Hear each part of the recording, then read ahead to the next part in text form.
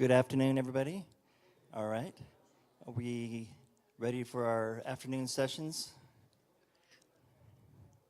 Okay.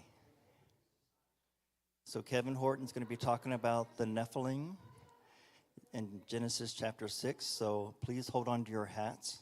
This one's they say it's a controversial topic, but it doesn't have to be controversial. There are debates in the Christian community, the angel view versus the Sethite view. So there's two different views, but I believe that Kevin Horton's going to talk more about the angel view and focus on that. It makes more sense what Jesus talks about, as Kevin mentioned this morning in Matthew 24, that in the days of Noah were, so shall the coming of the Son of Man be. It'll make more sense. Genesis chapter 6 will make more sense. And even Peter and Jude talk about it as well. So if we're just about ready here, okay, we'll have Kevin talk about Genesis chapter 6. And take it away, Kevin. Okay, you ready? All right, how's that sound? Can you hear me? And for those of you who didn't know, I'm going to let you sit at the tables intentionally. One is if you're still eating, that's simple. And number two, it allows you to take notes if you want to. That's why I gave you those notes. Those things are hot glued together, so if a page comes loose, you can either take a blowtorch to it and burn it up, or you can probably use a heat gun, and that might work better. So, and get them to glue back in. But they're just something to help you. All right. Let's pray before we get started, and I'll let you everybody get situated, and then we're going to pray.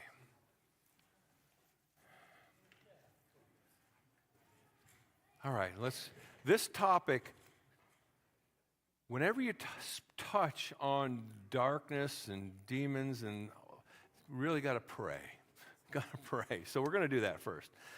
Lord God, thank you for your word. Thank you for every saint here. And as we go through this topic, I pray that it'll open eyes to the diabolical attacks and about your goodness, silliness to try and fight you. But Lord, here in this room, we pray your great protection today against any arrows of the enemy. We pray this in Jesus' name. Amen. All right, well, our talk, maybe I'll stand, I don't know, maybe more this way. So can you still see? I'm trying to find a spot. I'll try to go like this. Maybe that'll work. Will that work for you guys? Can you see me okay? All right, so the issue of races and religion, I talked on it last night just to get everybody thinking correctly, but how many races are there of people? One race, one human race, and that's all there is. And it's the Tower of Babel that brought us about the people group differences. Notice how I say that, people group differences. My daughter is adopted from Guatemala. She's Mayan native, and she's human, okay? She's not any inferior race. She's same as all the rest. Is darker skin, those beautiful, almost black eyes. They're so dark brown. And my granddaughter has the same eyes, and they're just beautiful people. But they're the same. They're just a different people group. That's a family group, okay? So here's a question I have for you. Be prepared. We're going to be flying, so just get your heads, follow along, and you got notes, all right?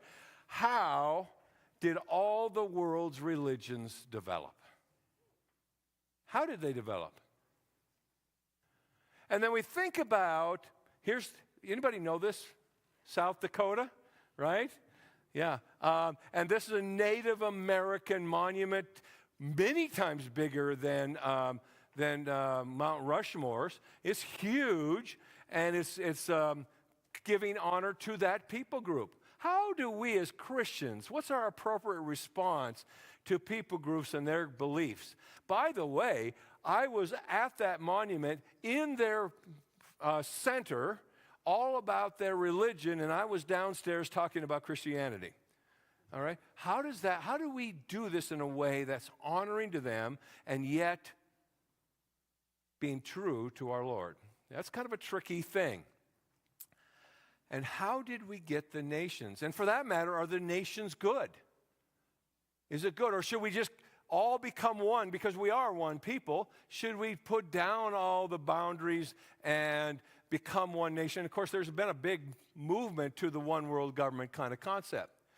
So where did all the races, and I would say people groups, change your thinking? Don't let them push you into the race thing. That is an evolutionary card. That was, some people aren't as evolved from the monkeys as the others. That's the truth. That's what they believe. And that's how it happened. That's why we did eugenics.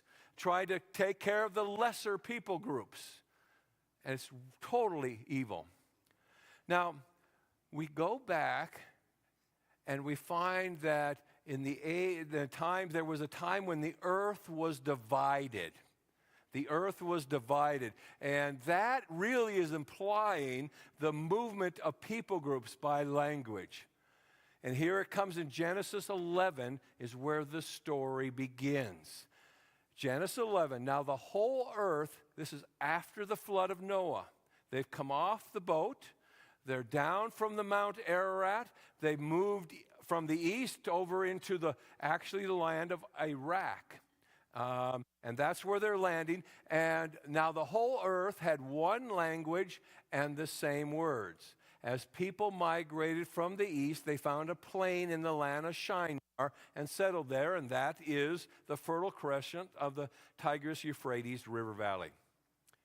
And that's the mountains of Ararat. There's 2 peaks there these days.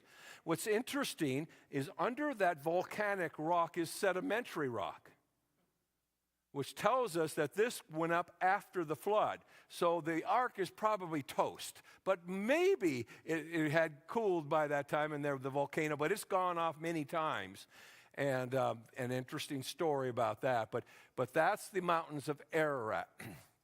Where is that? Well, we have Turkey, we have Armenia, and we have Iran. It's really a very peaceful, congenital place to go up on that mountain. And maybe, you really got to get and have a little bit of guards with you when you go there. So Armenia, Turkey, and Iran is where those are at. It's right there. That's where the mountain is.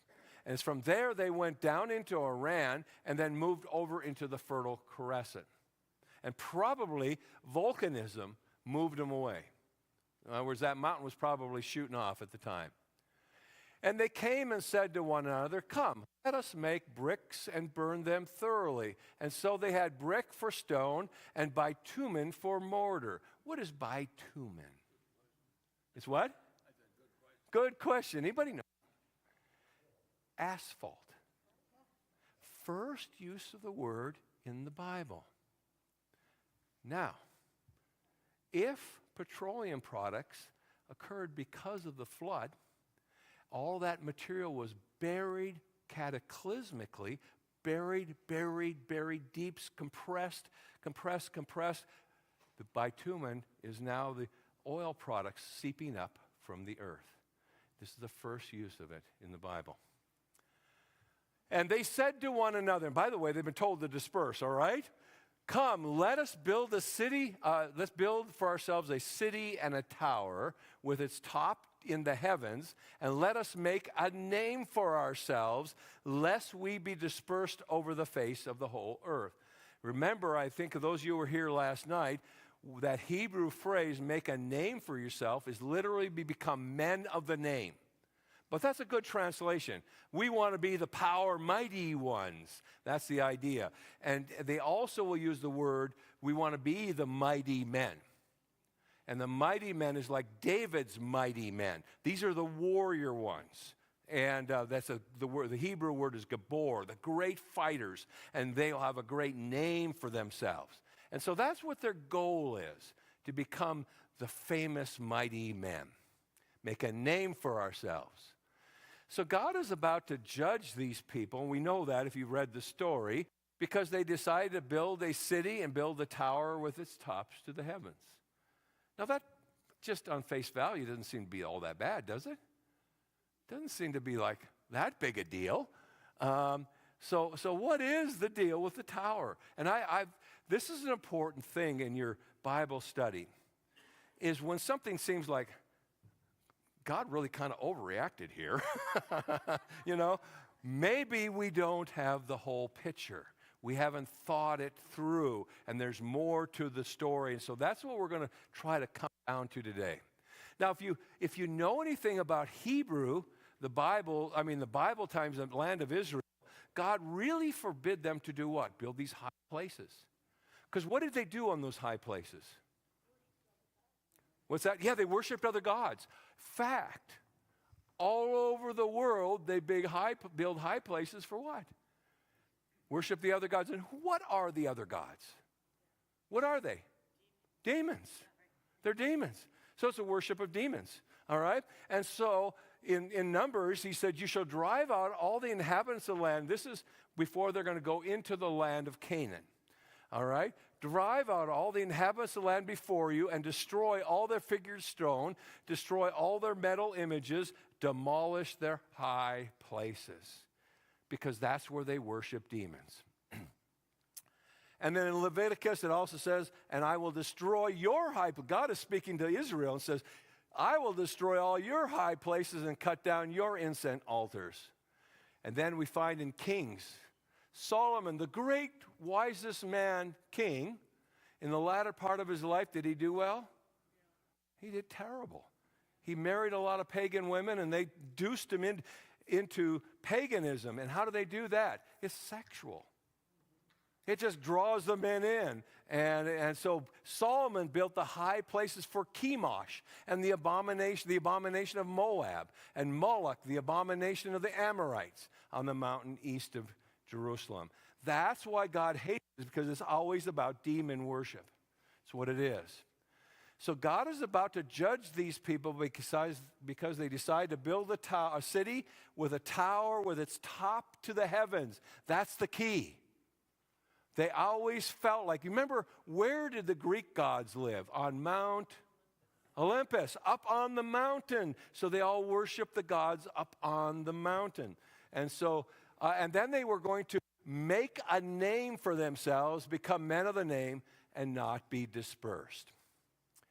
And the Lord came down to see the city and the tower which the children of man had built. Now, isn't that interesting? Did God really have to do that? So he's doing it for us. And who is that that's coming down? Yeah, I think it is Jesus.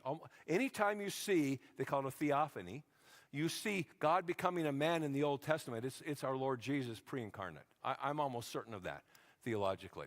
Okay, so they came down to see, and the Lord said, behold, there are one people, will have one language, and this is only the beginning of what they will do, and nothing that they propose to do will be impossible for them. And what is he thinking? They're going to build airplanes and cars and trains and a nice city? No. Evil. It's evil. Anything evil, nothing will be impossible for them to do. All right, so the causes are of these things, and they didn't want to be dispersed. By the way, stop there. Whenever humanity in any one area gives all power to one small group, it goes badly. It goes badly. And it always does. And so if you ever get the world under one power, it's terrible. So what's the advantage of nations, by the way? Just a thought, thinking ahead. If there's different nations, if one nation goes south, you can always move. And there's a place to go. But if it's all one world, there's nowhere to go. Yeah. Okay. Well, remember now, we've talked a little bit about this. This is the great proto-evangelium, and where Satan is told that God's going to bring a son of the woman, and he's going to crush your head, Satan, but you're going to hurt him. And we talked a lot about that this morning. All right? Now, Satan is there, and he heard this. What do you think he's going to try to do? Up the son of the woman. So what's the next chapter of the Bible talk about after Genesis chapter 3? The murder of the son of the woman, Abel. Murders. But then it says she conceived and got another one, and saying, you can just see Satan go, no, they just keep doing this forever. We got to come up with something better. Something better. So he has a plot against the bloodline of the Messiah. You remember I used the concept of address? He's going to try and cut off that city, that street, that address, so it can't happen. He's going to do something. The first thing he does is he kills Abel. Abel was the second-born son that we know of, but he was the godly one because he came with a blood sacrifice. Cain came with the best he had, the fruit of his land. But he should have sold that because you remember, after they sinned in the garden, what did God do to cover their shame? He gave them what? Clothes out of what? From animals, skin of animals. He got skin of animals. He had to sacrifice the animals, so this covers your shame. It's a picture of the coming Messiah, the blood sacrifice. So Cain would have known this, but Cain didn't sell some of his crop to his brother and buy a lamb. He just brought his crop. So Abel knew what to do, and Cain got religiously jealous. And you can see in between the lines here, and this is dangerous to do, but kill him, kill him, kill him. You can see Satan just whispering in his ears, and he does. He rises up. All right, so we won. We cut off the son of the woman. But then there's another one. And so Adam knew his wife again and bore another son. His name was Seth. And notice how Eve responded because she thought it was going to be Abel. God has appointed for me another offspring instead of Abel because Cain killed him. She thought it was coming through that son. And now she sees God's given another one. So Seth also had a son, and that was Enosh. And at that time, people began to call upon the name of Yahweh. You got it. You got it. Yahweh. Yes, the name. That is the covenant name of God. So murder didn't work. So next step, infiltration. The Nephilim. The Nephilim. This is going to explain to you why when God says, conquer the land of Israel and kill every man, woman, and child. Genocide. I want them all dead. Why? Has anybody ever wondered about that? Of course, you're going to know now. You're going to get it. You might have to think about it for a couple of weeks, but you'll get it. You'll get it. All right, the Nephilim. So in Genesis chapter 6 is where it is. It's 4 verses, and they're most amazing. When man began to multiply on the face of the land, and daughters were born to them, the sons of God saw that the daughters of man were attractive and took them as wives any they chose.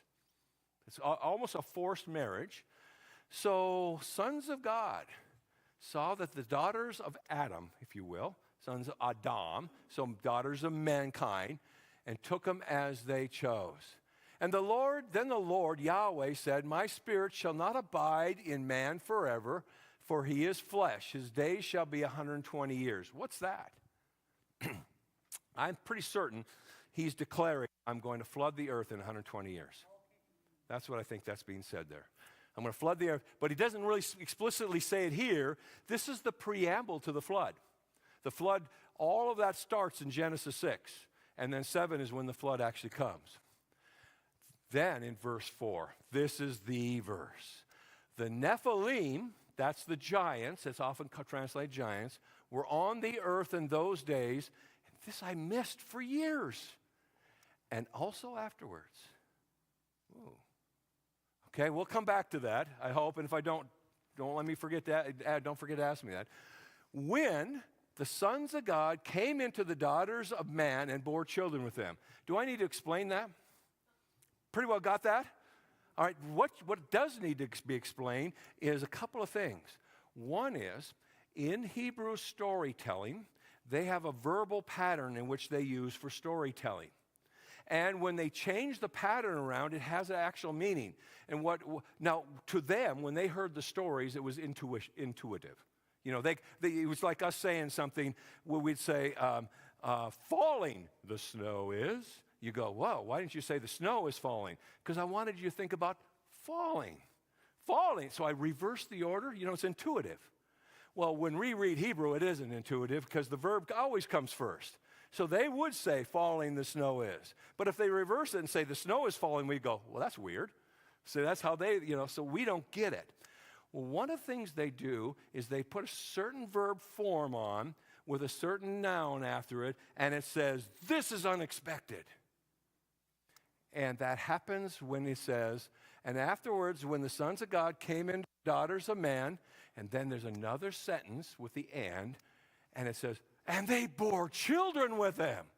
This is like, holy smokes. Can you believe that? We don't see that, but a Hebrew would have picked it up immediately, reading the language, that this is dramatic, this is pivotal. This is like, we'd underline that, an exclamation mark. They don't have any of that. That's how they told their stories. They bore children to them. So we got to figure out, and these, by the way, are the mighty men of old. They are the mighty men. Who was that? That is the Gabor, like David's mighty men. They were men of the name. Where did we hear that? We'll hear it again at the tower. Tower. Okay? Now, we have to figure out, back you up, we have to figure out who are these sons of God. I mean, that's where the whole controversy goes. And someone will say, well, that's the godly line of Seth, and the daughters of men are the evil line of Cain. So let's try to define sons of God, and that's a phrase, B'nai Elohim. B'nai, or Ben, is the word for son or sons. So you would say, like, the son of Judah is Ben Judah. That's the son of Judah. So B'nai Elohim are the sons of God. See, that Elohim is a name for God. All right, that's a phrase that's there. So the sons of God came into the daughters of men, and they had children with them. Unexpected, pivotal. Job chapter 6, we see the same phrase. And there was a day when the sons of God, how many of you ever saw this? And came to present themselves before Yahweh, also came along with them. Are these the sons of Seth? Or Abel? Or what is this? No. What are they? They have to be angels. This is, by the way, that's the ESV. Here's the NIV. One day the angels came to present themselves before the Lord and Satan. See, the sons of God, B'nai Elohim in Hebrew, almost exclusively means, once in a while it'll mean people, but almost exclusively means angels. Because they were created by God specifically. Just like Adam. They were, they don't have children per se. Okay? And now we see at the end of Job, you remember that Satan came in both those cases and taunted God that God's just been good to Job. That's why he worships him. And so then he puts him through the horrible years. And at the end of the book, God takes Job on because Job didn't do perfectly well. The other guys did much worse, okay? But Job wasn't perfect. So God is talking to Job, and he says, where were you when I laid the foundations of the earth? Job, tell me if you have so much understanding like you exhibited to your buddies there. Who determined its measurements? Surely you know, Job. Or who stretched a line upon it? And what were its bases sunk? Or who laid its cornerstone? In other words, who put this together and made it work? Job, tell me. Well, the obvious rhetorical answer is, okay, I'm stupid. All right? And that's what he's trying to get Job to see, that God is the creator. But notice what follows next. When I was creating, when the morning stars sang together and all the sons of God shouted for joy. Now, this is parallel poetry. In parallel Hebrew poetry, the first line states something, the second line restates it in other words. So in Hebrew thinking, morning stars is a Hebrew figure of speech for the angels of heaven. And parallel to that is the sons of God, B'nai Elohim.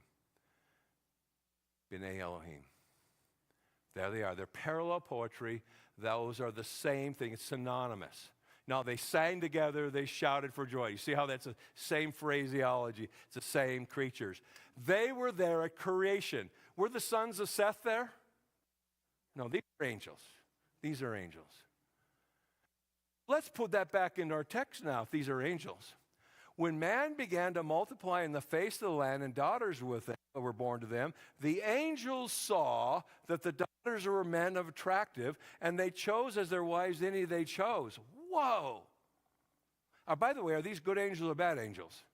These are the bad guys, okay? Just let's make that clear here. The good guys aren't doing this, okay? Took as wives, and that's pivotal. Any they chose. But then they bore children with them, okay? And that was the mighty men of old. Now, it appears to me that this is angels, and that is what happened here. And a colleague of mine in the creation ministry has taken a very solid stand on this. And he says, angels don't have DNA, so they can't have children. And I go, well, that is great. What text did you get that from? Nothing in the Bible says that, right? In fact, I tell you, when it says right here that they bore children with them, that text says they did have DNA. It does say it. So I have a text that does say it, unless you don't want to believe that. Okay? Question.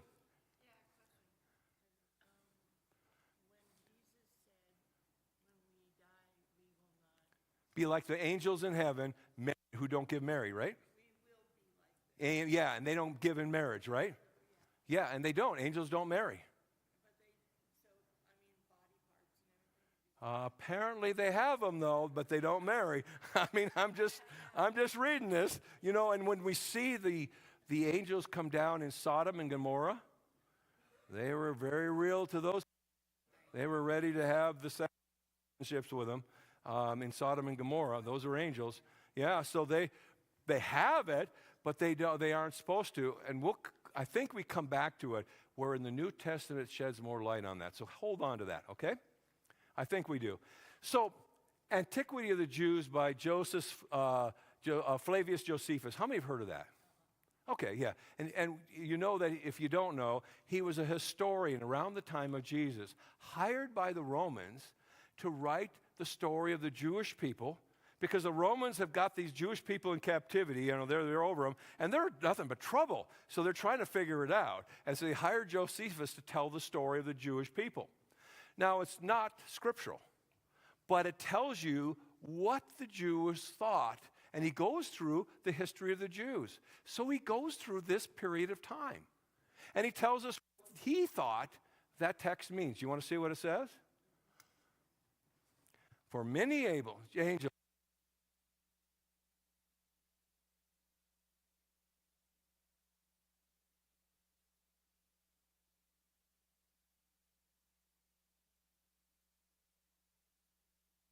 Giants. So in Jesus' day, that's what they believed this text meant. Now, I have to tell you two stories right here. We'll just take a breathing break.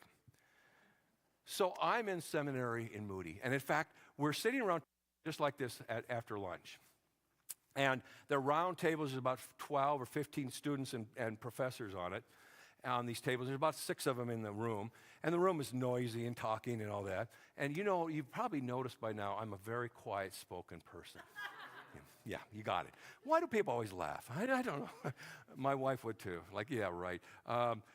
And so I noticed my professor of Hebrew was over there, and I've only taken a few courses, but I've been studying this out, and I wanted to hear, now I'm in seminary, I got a really professor here, I'm going to ask him. So I say in my quiet voice, Dr. Coakley, what do you think about Genesis 6:1-4 and the giants, the Nephilim?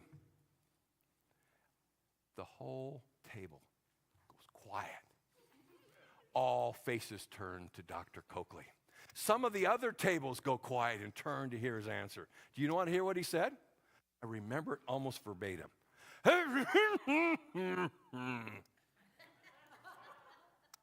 That's all he said.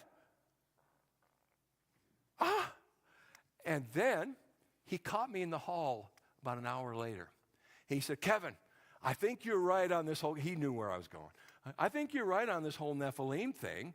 And you know what he did for the rest of my seminary and training? Every time I had a course with him, he signed me to study this out more. And that's one of the papers you have in the back of your book. All right? That was one of the courses, Biblical Theology of the Pentateuch. He says, chase out the line of the Messiah. And so that's what I did there. And I gave you that. It's a little bit difficult, but I think most you'll get it. Why do I tell you that story? He didn't want to admit it with his colleagues at the table. Here's the other second part of that. For 20 years, I knew the answer to this. I had studied it enough, and when I got to seminary, I pretty well had my mind made up. Coakley kind of finished that. But then when I was preaching it, I was always tentative. And I've never been tentative in Scripture. I try to get to what I think is the best answer, and then I just teach it. But when it came to Nephilim, I kind of said, well, you know, I was like Coakley. You know what? This is 3 years ago. I caught myself, and I think the Lord just kind of pricked me. And he said, what's going on? You preach Scripture. What are you afraid of this text for? And I got it. I've been trained in naturalism. I'm a scientist. I'm a biologist, and we know things natural, and there's no supernatural. This is a supernatural thing. And then I started realizing, well, of course, the Bible's a supernatural book, so why am I surprised? And it was that day on, I've preached this with full authority, because I'm certain this is what it means. The text is not ambiguous at all. It's just that we don't believe it. And so that's why I teach it carefully. I believe this is Satan's plot to stop the coming son of the woman. Because if he was able to get a demonic angel genetics into the human bloodline, then who's the Messiah after all? His son. He's the Savior. And so it was going to stop it, infiltrate the bloodline with the giants, the Nephilim. So God destroyed the angelic bloodline by the flood of Noah. And I love this picture because it's really artistic. My colleagues hate it because that's way undersized boat. Okay, that's a big ship. That's a little thing, but it's pretty. So I like it. That's a better one. Okay, there we go.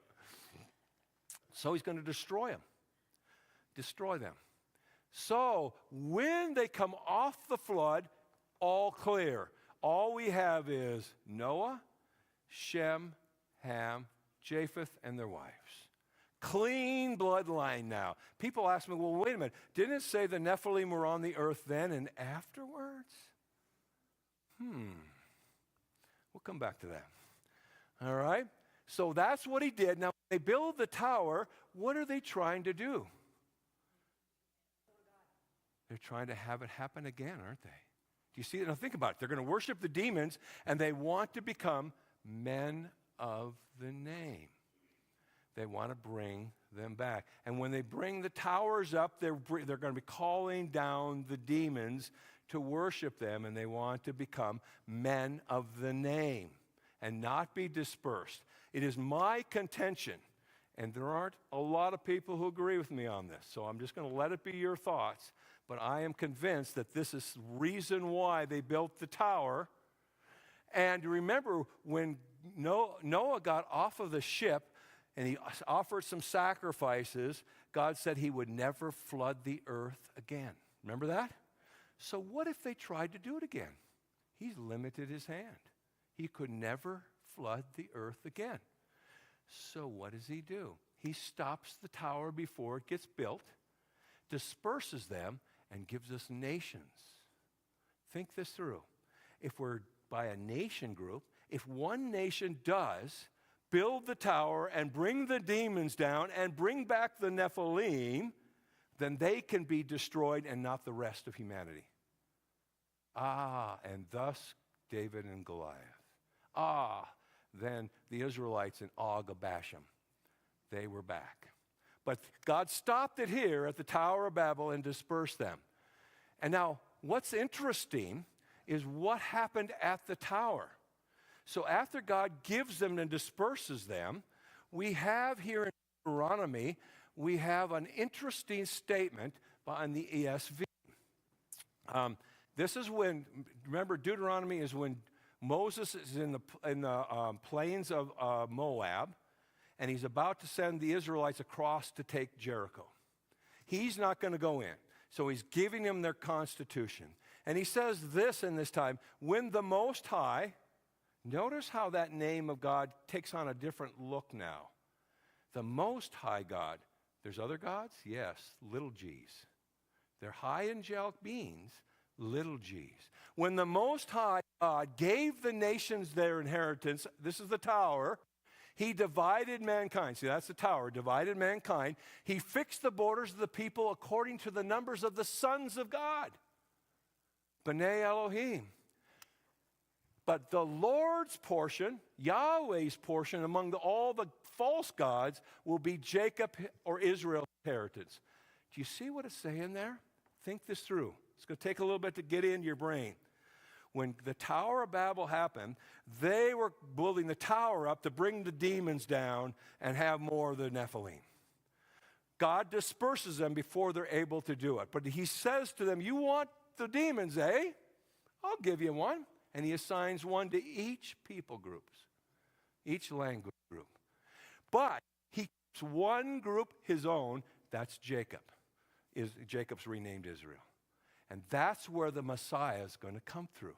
So now we have another part of the line of the Messiah being defined through Jacob.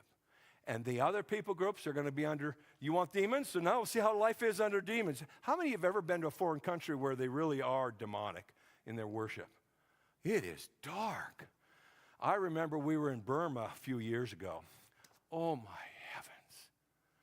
We crossed the river. Thailand has got its own issues, but we crossed into Burma or Myanmar, and it was just, the thing is we saw, and you could just feel the oppression, and the monks and the dogs and dirt and filth, and just, you could just feel it. It was choking, and we got out of there, and it was like, whew. God gave each of them their own. Now, some of your Bibles will have this. Here's the King James Version. When the Most High divided the nations according to their inheritance, he separated the sons of Adam and set the bounds of the peoples according to the number of the children of Israel. Anybody have that in their Bibles, or nobody has it open right now? You'll find that in a lot of your Bibles, okay? You can look this up. Of Israel divided. Israel doesn't come for quite a few years until after the Tower of Babel. So how does that make sense? That was actually an error the Jews put into their text. Somewhere between time of Christ and the last text we had, it was the Masoretic text written in 800 AD. This goes to the Masoretic text. Now, I'm going to have to take you into some mud, so hang on, okay? This is going to be a little bit deep, all right?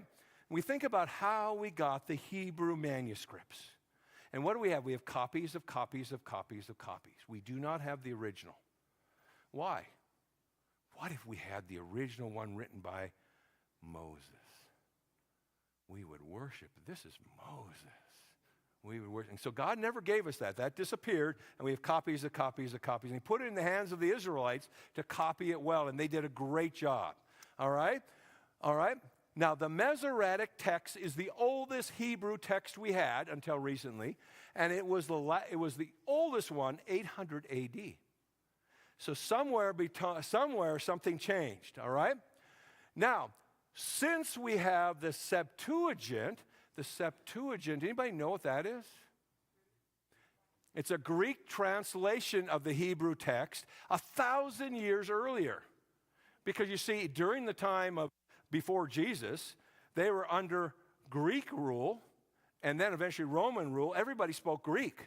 So it'd be like us having a Hebrew Bible. It's like, what worth is that? So they translated it into their own language. That's called the Septuagint, so it's Greek. In the Greek Septuagint, it says the sons of God. It doesn't say sons of Israel. That's older, 1,000 years. So somebody changed it in there. Somehow it got changed. And so there it is. There we go. The angels, it actually says angels of God.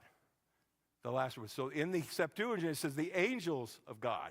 Literally says that's what God did. He gave them each an angel. All right? So that's what it says, angels of God.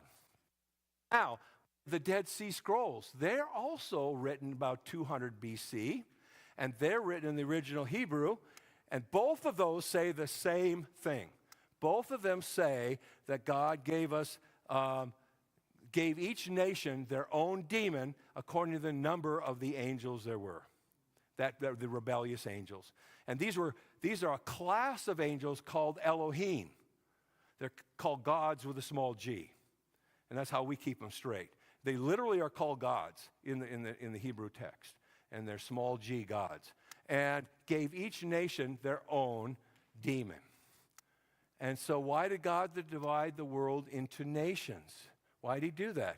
Because he wanted to stop the Nephilim from coming back. So back up just a little bit. Let's stop right here. So what we have is we have a picture of the line of the Messiah coming. And the first son is going to be Cain, but he isn't very godly. Then along comes Abel, and he's clearly the godly line. So Eve knows that Abel's the line is coming. Then poof, he's killed. And then she's given another son. And so now through the years, they're starting to have lots of people out there. Satan comes up with the plan to infiltrate human blood and brings us the Nephilim. God wipes them out with the flood. They start to build the tower to bring them back. About 200 years or so after the flood, Noah's died, or at least not in the picture. And they start to bring the nation in to do that, and God disperses them so they can't finish the job. And then he says, you want a demon? You got a demon over you. And that explains all the world's religions. Do you see that? And there's a Psalm 82, where God calls them in later about the time of David and has a council of the demon gods and takes them to task. That's a very interesting psalm. Write that down, Psalm 82, if you want to look at it. It's like, whoa. It's a divine council of the gods. And God calls them to task because of how they've treated their nations that he assigned them. And it's very interesting, and this is going to be mind-boggling. And that, of course, comes from Michael Heiser's book. Yeah. All right? So, all this being said, this whole thing was an attack on the bloodline of the Messiah. Okay? So, he divided them into nations so that if any of them do it again, we'll wipe out those nations and those people, and we'll get rid of them. So, at the conquest, well, back up. Before the conquest, God takes Abraham out. And he's now moved him to the land of Canaan, right? And he says, I'm going to give this land to your descendants. Right? He doesn't say you're going to wipe everybody out, but he does say this. I'm not going to give it to you right away, and I'm not going to give it to your descendants for 400 years.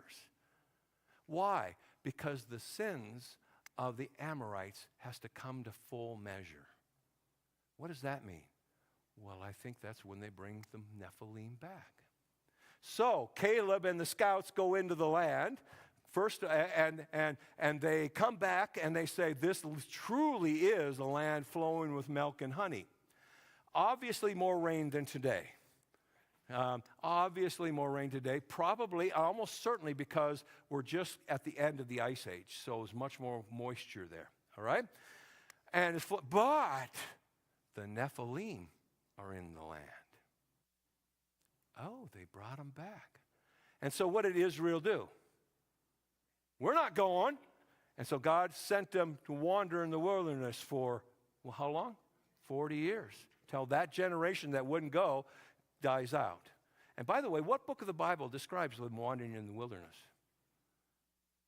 Book of Numbers. Numbered them to go in. How many are you got for your army? You're not going in, you're going to die in the land. The very end of the book, all right, you're all died off. They number them again for the going into the land. That's how the book of Numbers is. That's how you got that. All right, so they're in there now. Og of Bashan, which is in the Golan Heights, where there's trouble right now, because you can see right down into Syria. That Agabasham had a bed that was 15 feet long and 6 feet wide. He was a monster, and they killed him right away. But they didn't kill everybody off. Do you remember that? They were supposed to kill everybody. They didn't do it, and the last we hear of the Nephilim is the time of David. And his mighty men, his Gabor, wiped them out. And David, of course, takes out Goliath, and that's the end of it. Remember, the Israelites were never allowed to intermarry with the people around them. Why? Because that's why. Okay, so that's why he gave us the nations, to stop the Nephilim, because he wanted to bring upon the world his son of the woman, and it must be pure line from the line of Isaac. What's the problem with one world government? You can see that now, right? That's like horrible. It'd be terrible. That's why we stand against that. That also tells us what? Nations is a good thing. And having a nation, protecting your boundaries is all good. It's biblical. It's biblical. Because once you have a one world government, it's a puppet world. How did the Tower Judgment result in people groups that are so different from each other? How did that happen? Any idea? Think about this. Ever seen a child born and you say, oh, he's got his mother's eyes. Oh, but he's got his father's hair. Those characteristics come from that person, right? Well, what if only your family is the only ones that can marry each other because you're the only ones who can speak together, right? And so all the people groups went off by family groups, and so you have family characteristics. And those sons of Ham are generally darker skinned people, but also some of the Oriental people. Lighter skin, but more of that yellowish tone. Very, very lightish skinned people. You have the Japhethites, which are often called Gentiles, which in looking around this room is most of us. Okay? We tend to be European. We come from sons of Japheth. And then we have the more Middle Eastern, which have that little bit more olive color skin and a little darker hairs, generally speaking, and that is the Semitic tribes, sons of Shem. And so as they went out by family groups, they have family characteristics. That's all was there. That's how they happened. Why did God command Joshua to commit genocide to the people of the land he was conquering? You now know. The Nephilim, they brought them back. They did it again with another group of angels. They enticed those demons to come in. They did it again, and they had to be completely destroyed. Interesting is who was the one of those from Jericho that was kept alive? Rahab the prostitute. And she's in the line of the Messiah. So she must have had clean line. See that? Caleb, you quieted the people before Moses, said, come, let us go up at once and occupy it, for we're able to overcome it. Then the men who had gone up with him said, we are not able. They are stronger than we are. We saw the Nephilim, the sons of Anak, who came from the Nephilim, and we seemed like ourselves grasshoppers, and so we seemed to them. We can't do this, even though God just killed off the Egyptian army in the sea. Well, he's not powerful enough to protect us. You see why they had to wander around and die. The sons that we saw, the Nephilim, we seem like grasshoppers. And here in Genesis 6, the Nephilim were on the earth in those days and also afterwards.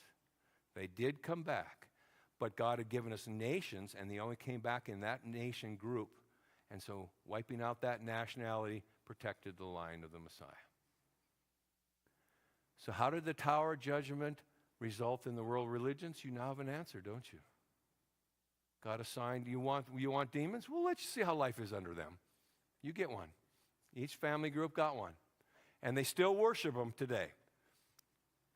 What is the appropriate response to people groups and their beliefs? Do I have any? Yeah, what are the answers? Anybody got any answers?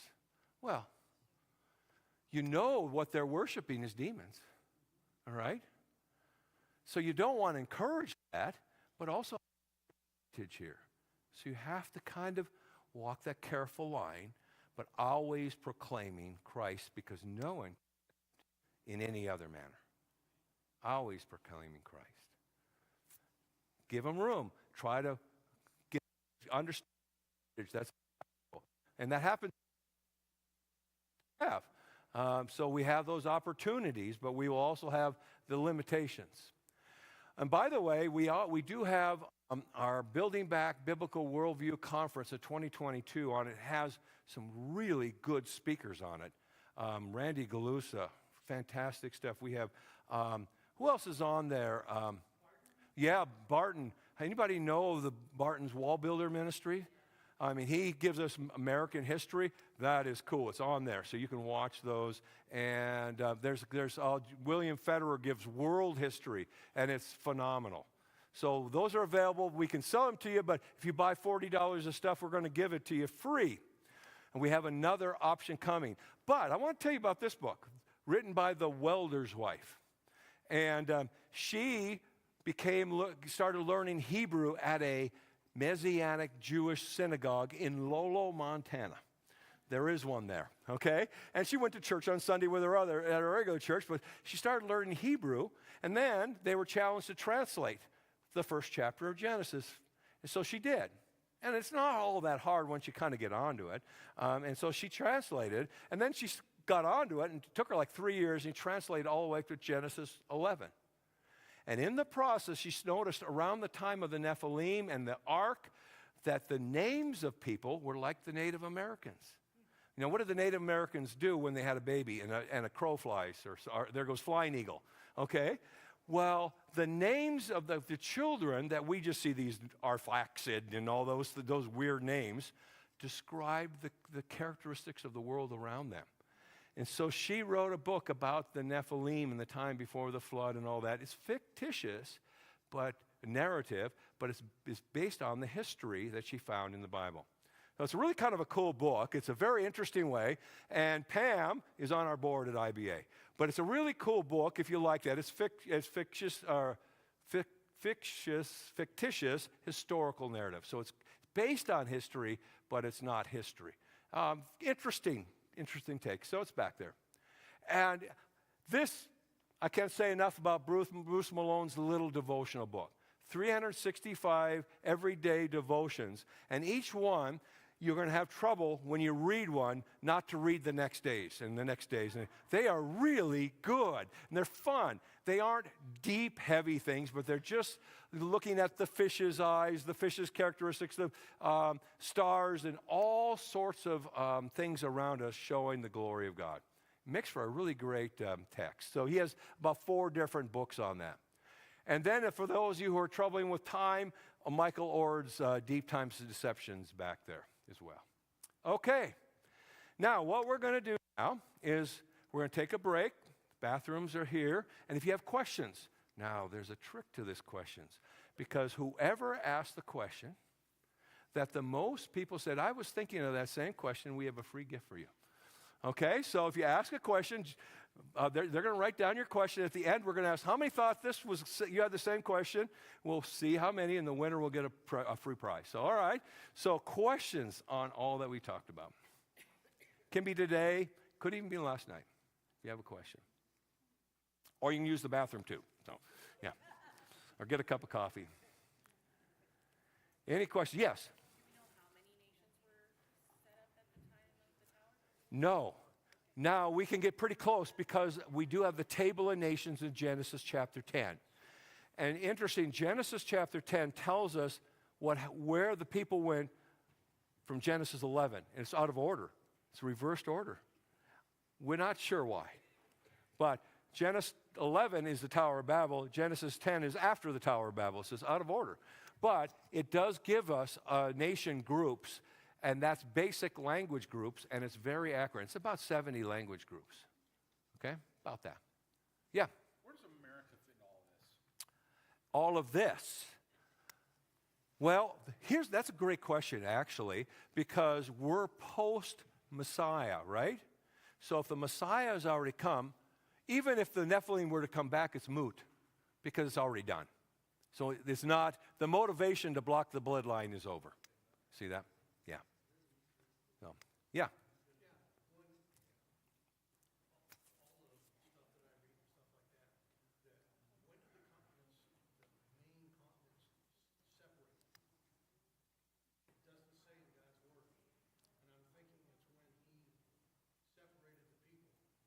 That's a common, I used to think that. I've now realized I was wrong. Now, so I'm calling you wrong, but no, I'm just kidding. Hey, I just did it in a very sly way. But no, I really don't think so. I think the division is by language groups. The continents divided, I believe, at the flood of Noah. And it did catastrophically. Instead of moving millimeters a year, it was moving miles per hour. Okay, so they were shooting across there. And what's interesting about that, there's a book back there called Carved in Stone by Tim Clary. And he's an oil well geologist. And he's used the oil wells. You know, when they drill a well, they log all the layers they go through. And he then took a computer that mapped all of Americans' oil wells and be able to define where all the layers are, how far they extend all over the place. Some of those layers extend into Europe. So, and they're from sediment from the flood. So it had to be at the flood time. So it's really a cool book if you like to find that stuff out. Great question. Yeah. Any other questions?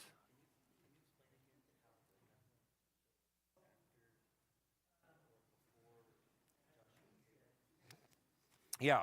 So it must have been. This is all by I mean, we just have to read into it because they're there. All right, well, they're there. Og, Bashan, we have Goliath, we have all these, and the text says they're there. I first read that, I thought that was just a scare tactic by those people, but I realized, no, they were sincere. They were sincerely scared, all right? These were giant men and scared them. So they must have happened somewhere in that 400-year period of time while Israel was in Egypt. And so God wasn't going to give the land to them and wipe them out until they crossed that line. And then they had to be wiped out. And he already foresaw that coming. I mean, that's part of it. He saw that coming, so that's why he promised the land to the sons of Abraham. Okay? That's all we know. Yeah. Great question. Whew. Okay.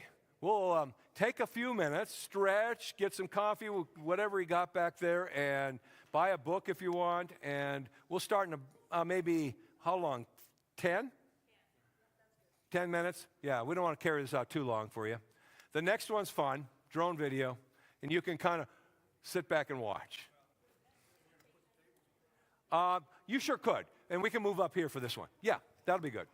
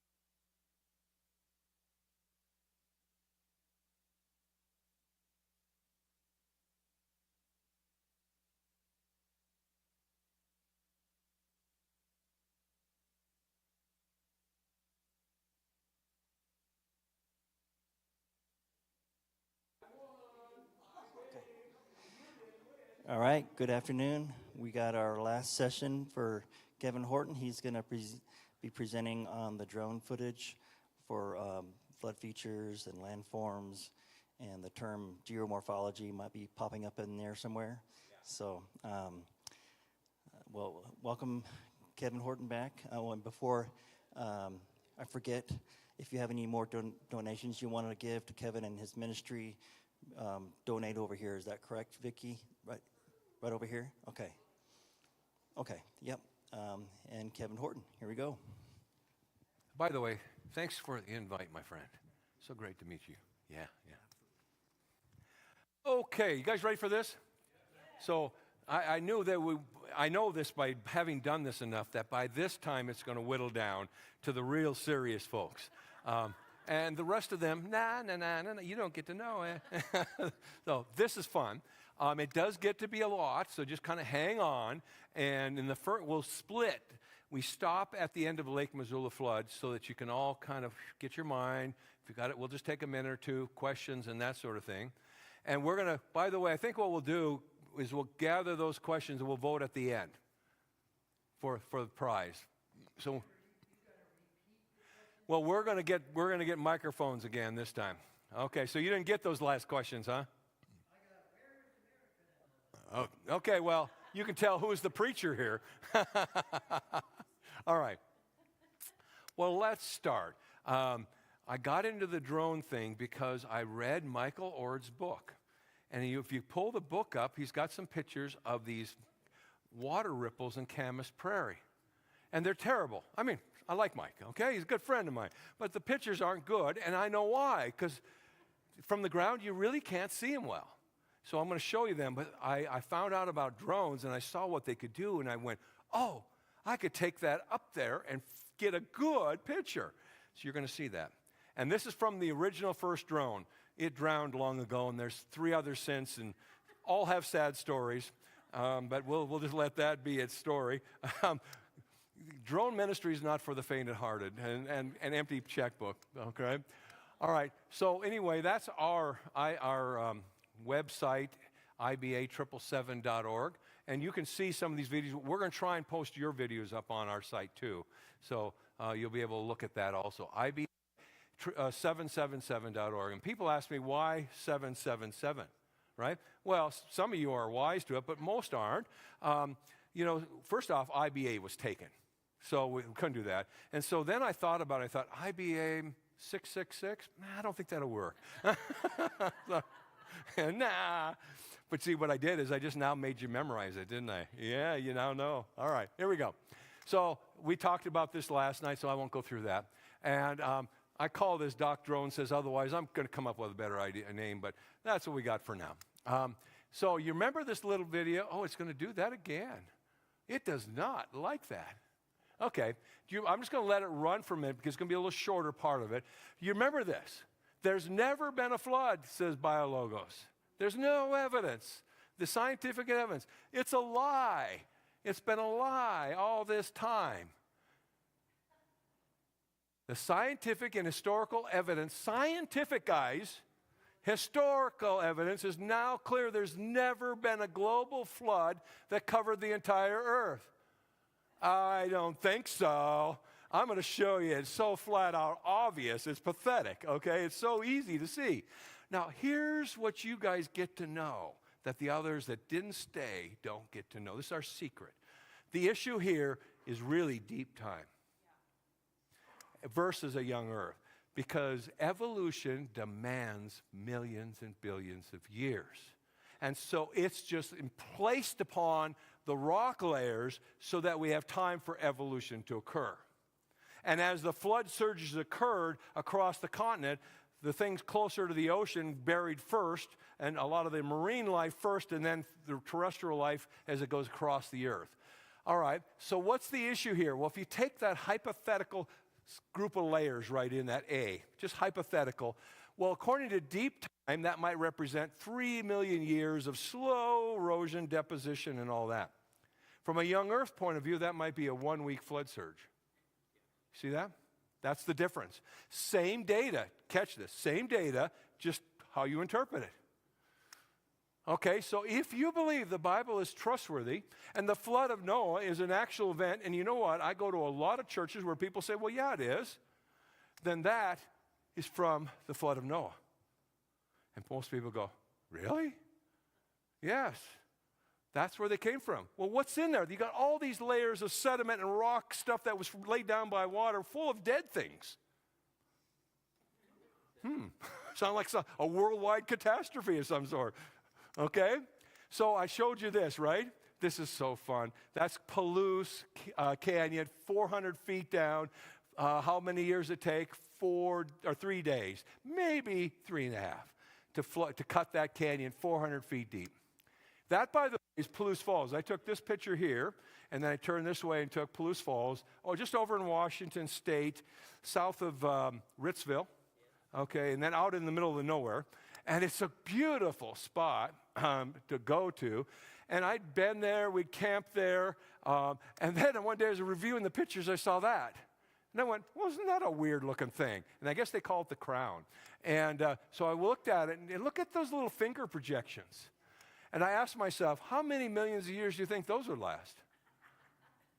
You know, freezing, thawing, water getting in there, you know, it can't be that old. So that's interesting. So we'll talk about the Lake Missoula flood. Now, obviously, that's not Missoula. Okay. So J. Harlan Bretz, and he was a geology teacher in Seattle. And anyways, he one day received the first topographical maps of Washington State. And he saw them and he went, oh my goodness. I mean, you got to think about it. In those days, there were only a few roads. Most of them are dirt. You come by train mostly. And they avoid the bad areas. And so he saw this map among one of them. And you see what looks like, let's see, what do I do here? Nope, I don't. Is you see this flat farmland. Very flat. It's really great farmland by Quincy, Washington. And then all of a sudden, you have these huge cliffs dropping 400 or 500 feet and all sorts of things. And then you go down the cliffs to the Columbia River. And he said, wow, I got to look into this a little bit. And so he was out there, and one of the things he discovered was a 3-mile-wide waterfall in a desert with no water. Little lake plunge pools below. Can you see the boats out on the lake? You can see it right here. This is a boat. Those are rocks. There's a little boat there. That gives you the size of it. But as the water came over this waterfall, it built these deep plunge pools as the water came down and hit that. So he started writing this up. And by the way, I took this picture and I saw that little thing there, and I thought, that's like a little island out there. And it's pointing the direction the water is flowing, and it was left behind. I went down and took a look at it. It's a big bugger. I mean, it's hundreds of feet high. Its top is flat up here and then drops and then goes flat again. It has this sheer cliff, and then it has this shoulder that has a 45-degree angle. And I was thinking, is this just all rock that fell down? But it's not. It's actually left that way and carved that way. All right. Well, anyways, J. Harlan Bretz began to write up his findings. And, you know, some people didn't like that because it didn't fit the paradigm, you know, the thinking. And so they convened a special meeting of the Geological Society of Washington, D.C., and invited Bretz there to present his findings. I'm sure he was honored. A young man like that, it didn't go so well. They convened the special meeting to deal with Bretz. Bretz will tell the story about it in his memoirs, about he felt like he was there as the young protege and the elders were there to correct their straying boy. And he was set straight. And he was talking about this flood that happened that cut miles, you know, massive flows of water, 800 feet high waves and all this stuff. But he didn't know where the water came from. And they said, Bretz, you have a beautiful flood, but where in the world the water flows of that come from? He had no idea. And what's interesting is you read Brett's memoirs, he didn't care. That wasn't his job. That was somebody else's job. Now, at this meeting, oh, by the way, this is what they said at the end of the meeting. What Brett's proposed was too much like a biblical flood. We don't allow that here. That's my interpretation. We don't allow that here. That's religion. We're science. Even though he has been out there, he's looking at the land, he's seen it himself, they've never set foot on it. But they tell him he's wrong. And so he actually went back honestly, innocently, thinking, oh, I got this wrong. I better go. And then the more he looked at him, no, he still didn't know where the water came from. Well, at that meeting was this guy, J.D. Pardee. Now, this is supposed to happen, and I'm not sure we can confirm it, but he supposedly leaned over to somebody and says, hey, I think I know where Brett's water came from. No, Brett's didn't know, but he did. How did he know? He was from Missoula, Montana, okay? And he saw the lake lines on the hillside above Missoula. That's an old cell phone picture from years ago, and you notice the quality of that cell phone, but I still think it's a great picture. So I flew a couple of years ago, and you can see the lines there. That's the highest lake line, 950 feet above the city of Missoula. So he knew there was water here, and it was rising. There was some kind of obstruction. He also knew of one other thing. Oh, and here they are. This is on Mount John.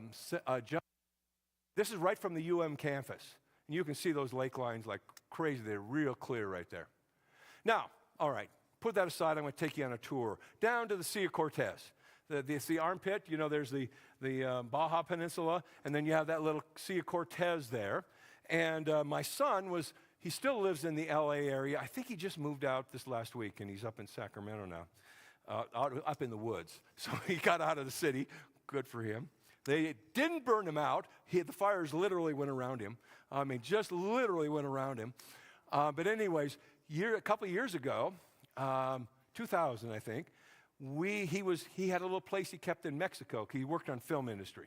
And so we went down to visit him down in the Baja area, a little town there. And so he said, Dad, one of the weird things is, when it's high tide, the ocean's right here.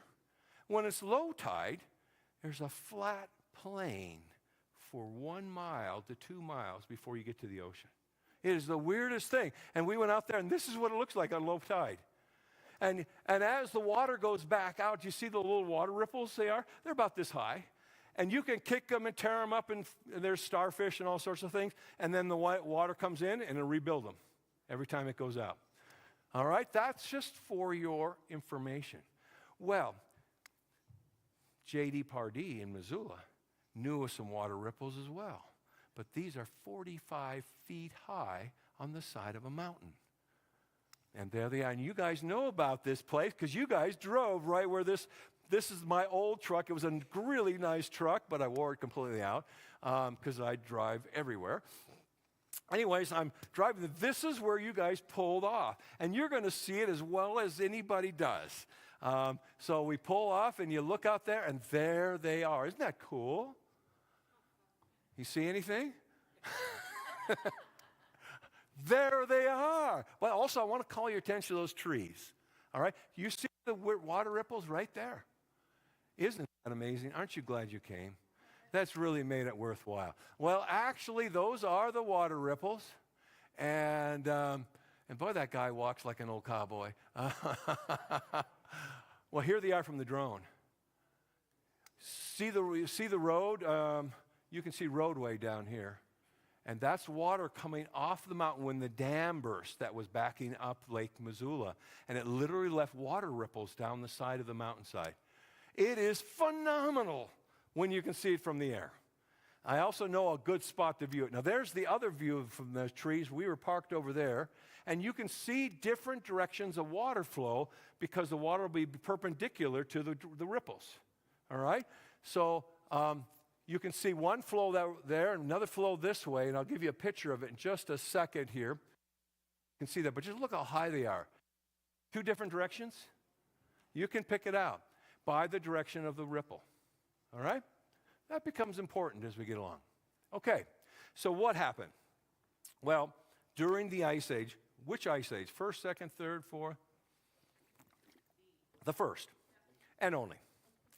The Ice Age occurred because during Noah's flood, the oceans heated up drastically because there was exposure of magma to ocean water, which causes flash steam up into the atmosphere. And some of that water went out into inner space, literally, and that water caused rain all over the earth for 40 days and 40 nights as the continents were sliding across, being pulled.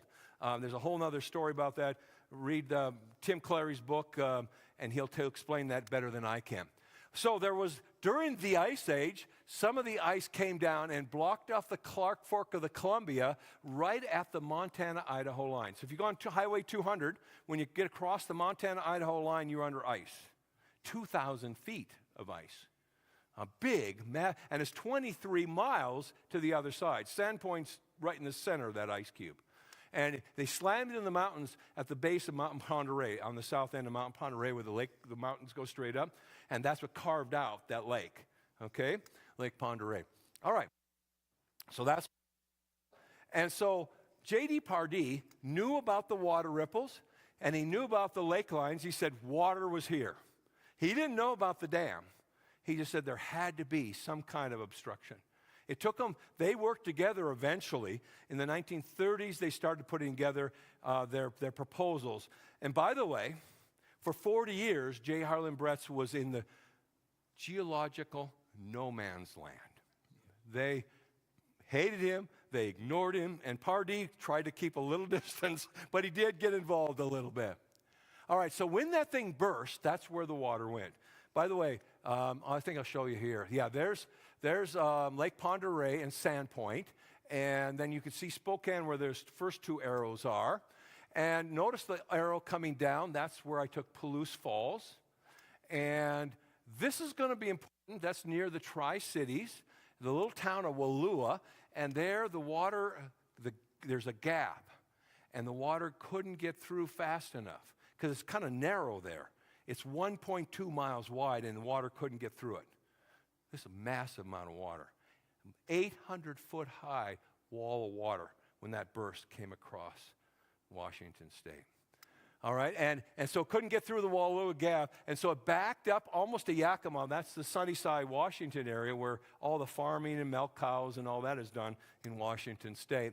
And then it went on down into the Willamette Valley because it couldn't get through these narrows right here fast enough, backed up all the way to Eugene, Oregon, and carried icebergs with it. The icebergs had Montana rocks in them. And as the water disappeared, the icebergs fell, and the rocks are left all over the fields, and they're called erratics. They're Montana rocks carried to Oregon, dumped in the fields. And they're all over the Willamette Valley. All right? So here we are. This is right by Spokane, about 30 miles west of Spokane, Sprague. And here I see water channels. You see that? And then I see these little butte-like things. You see them? And they're flat-topped. Notice how flat they are. And there's sheer cliffs. They're flat on top. They have these sheer cliffs right there. And then they often have this shoulder. And the shoulder is like where all that gravel is. And that shoulder, and there's water channels trying to cut through as this water is ripping across there. And the major portion of the water eventually leaves this behind and goes around it. And the interstate is out there. We don't drive through the scablands. It's like no man's land to drive out through there. I mean, there's Jeep trails and stuff. And sheep can eat out there, and that's about it. It's really tore up. And notice the angles here. The shoulder varies from 60 degrees to 30 degrees, averaging about 45-degree angle. All right, another view a little farther away. Notice that little flat top thing coming into view right there. But more importantly, look at the water channels all over the place. That's important that you can start to recognize that's water origin, okay? And that this is left behind. Another important feature is coming into play. What are these called? Anybody know? Pothole lakes. All right, there's a whole other name for them in geology circles, but I want you to notice the bank of the lake. Do you see how it's like at a 45-degree angle? It's like somebody took a router bit and at a 45-degree angle and kind of ran it around that thing and gave you a 45-degree angle bank. And there's the scablands. They call it the scablands like a scab. It's never healed. It's just all ripped up, and there's all these buttes and all this stuff. When I was flying this, there was a helicopter that just popped up out of nowhere because there's the Air Force Base, and I had to drop my drone down and get out of there. Oh, but that's it. So what do we observe? Just from this first observation, we have flat-top buttes. These were formed in solid basalt rock. I grew up in North Dakota. We had buttes all over the place. And you know what? They're flat-topped. And then everything else is gone. And there's water channels everywhere. I'll be doggone. And they have the same cliffs on some of them and shoulders just like this. This is what we see from a flood. This is a controlled flood that we know now. We have a laboratory. What do floods do? That's what we have here. And then some of these erosional remnants, I'll call them. I call them erosional remnant. Everything else is eroded away, and it's a remnant left behind. Okay, got that term? And it's flat top, but it's also pointing the direction of flow. That's kind of handy. That's important to observe. And I see that everywhere now. And then there's water channels on either side, and there's these shoulders that go up 60 to 30 degree angle. It varies greatly. And the pothole lakes are an interesting thing. They're scattered all over the place. What are they? What are they? And notice they're fairly round, almost egg-shaped. Often they are a little bit elongated, but not always. And then there's a wider range, and they have that 45-degree angle bank, and that varies from 30 to 45 degrees. It's hard to walk down to them. It's steep. All right, so they have their different angle banks, and this is what makes them. It took scientists a lot of years to figure it out, but it's turbulent. This is massive water flows. And so these whirlpools are deadly whirlpools. They get spinning. Whenever there's something obstructing the water flow, water starts to reverse, and it spins around and cuts out these round circular whirlpools. And notice the banks are at 45-degree angles like the whirlpool edge. And that's how they get left behind. A little farther down is Frenchman Coulee. This is heading towards Spokane. There's the Seattle. There's the Columbia Gorge. Notice how flat-bottomed it is. I mean, it's not perfectly flat, but it's flat. And these cliffs are huge, 400 or 500 feet. Notice that little guy there. It's like a little thumb left behind. Isn't that interesting? I have a theory what that's left behind. Look at those cliffs, though. That's solid basalt. This basalt is volcanic flow. And so this is all volcanic rock that's been cut right through. That is a weird erosional remnant left behind like a cathedral. And here's why, I believe. There's a hanging canyon above it. Now, a hanging canyon, what is that? Well, water was flowing that way, and then the main flow was going this way, and that main flow overtook it. This one got cut off because the water got sucked over to that other one as the water is dropping, and it left that hanging. It never eroded down to the same bottom. You see that? If you have a hanging canyon starting to erode down, some guy out there I saw, it's starting to come down, and the water's cutting through, and it cuts this one off and leaves it hanging. That only happens from a flood. It's diagnostic of a flood. See that? Make sense? Okay.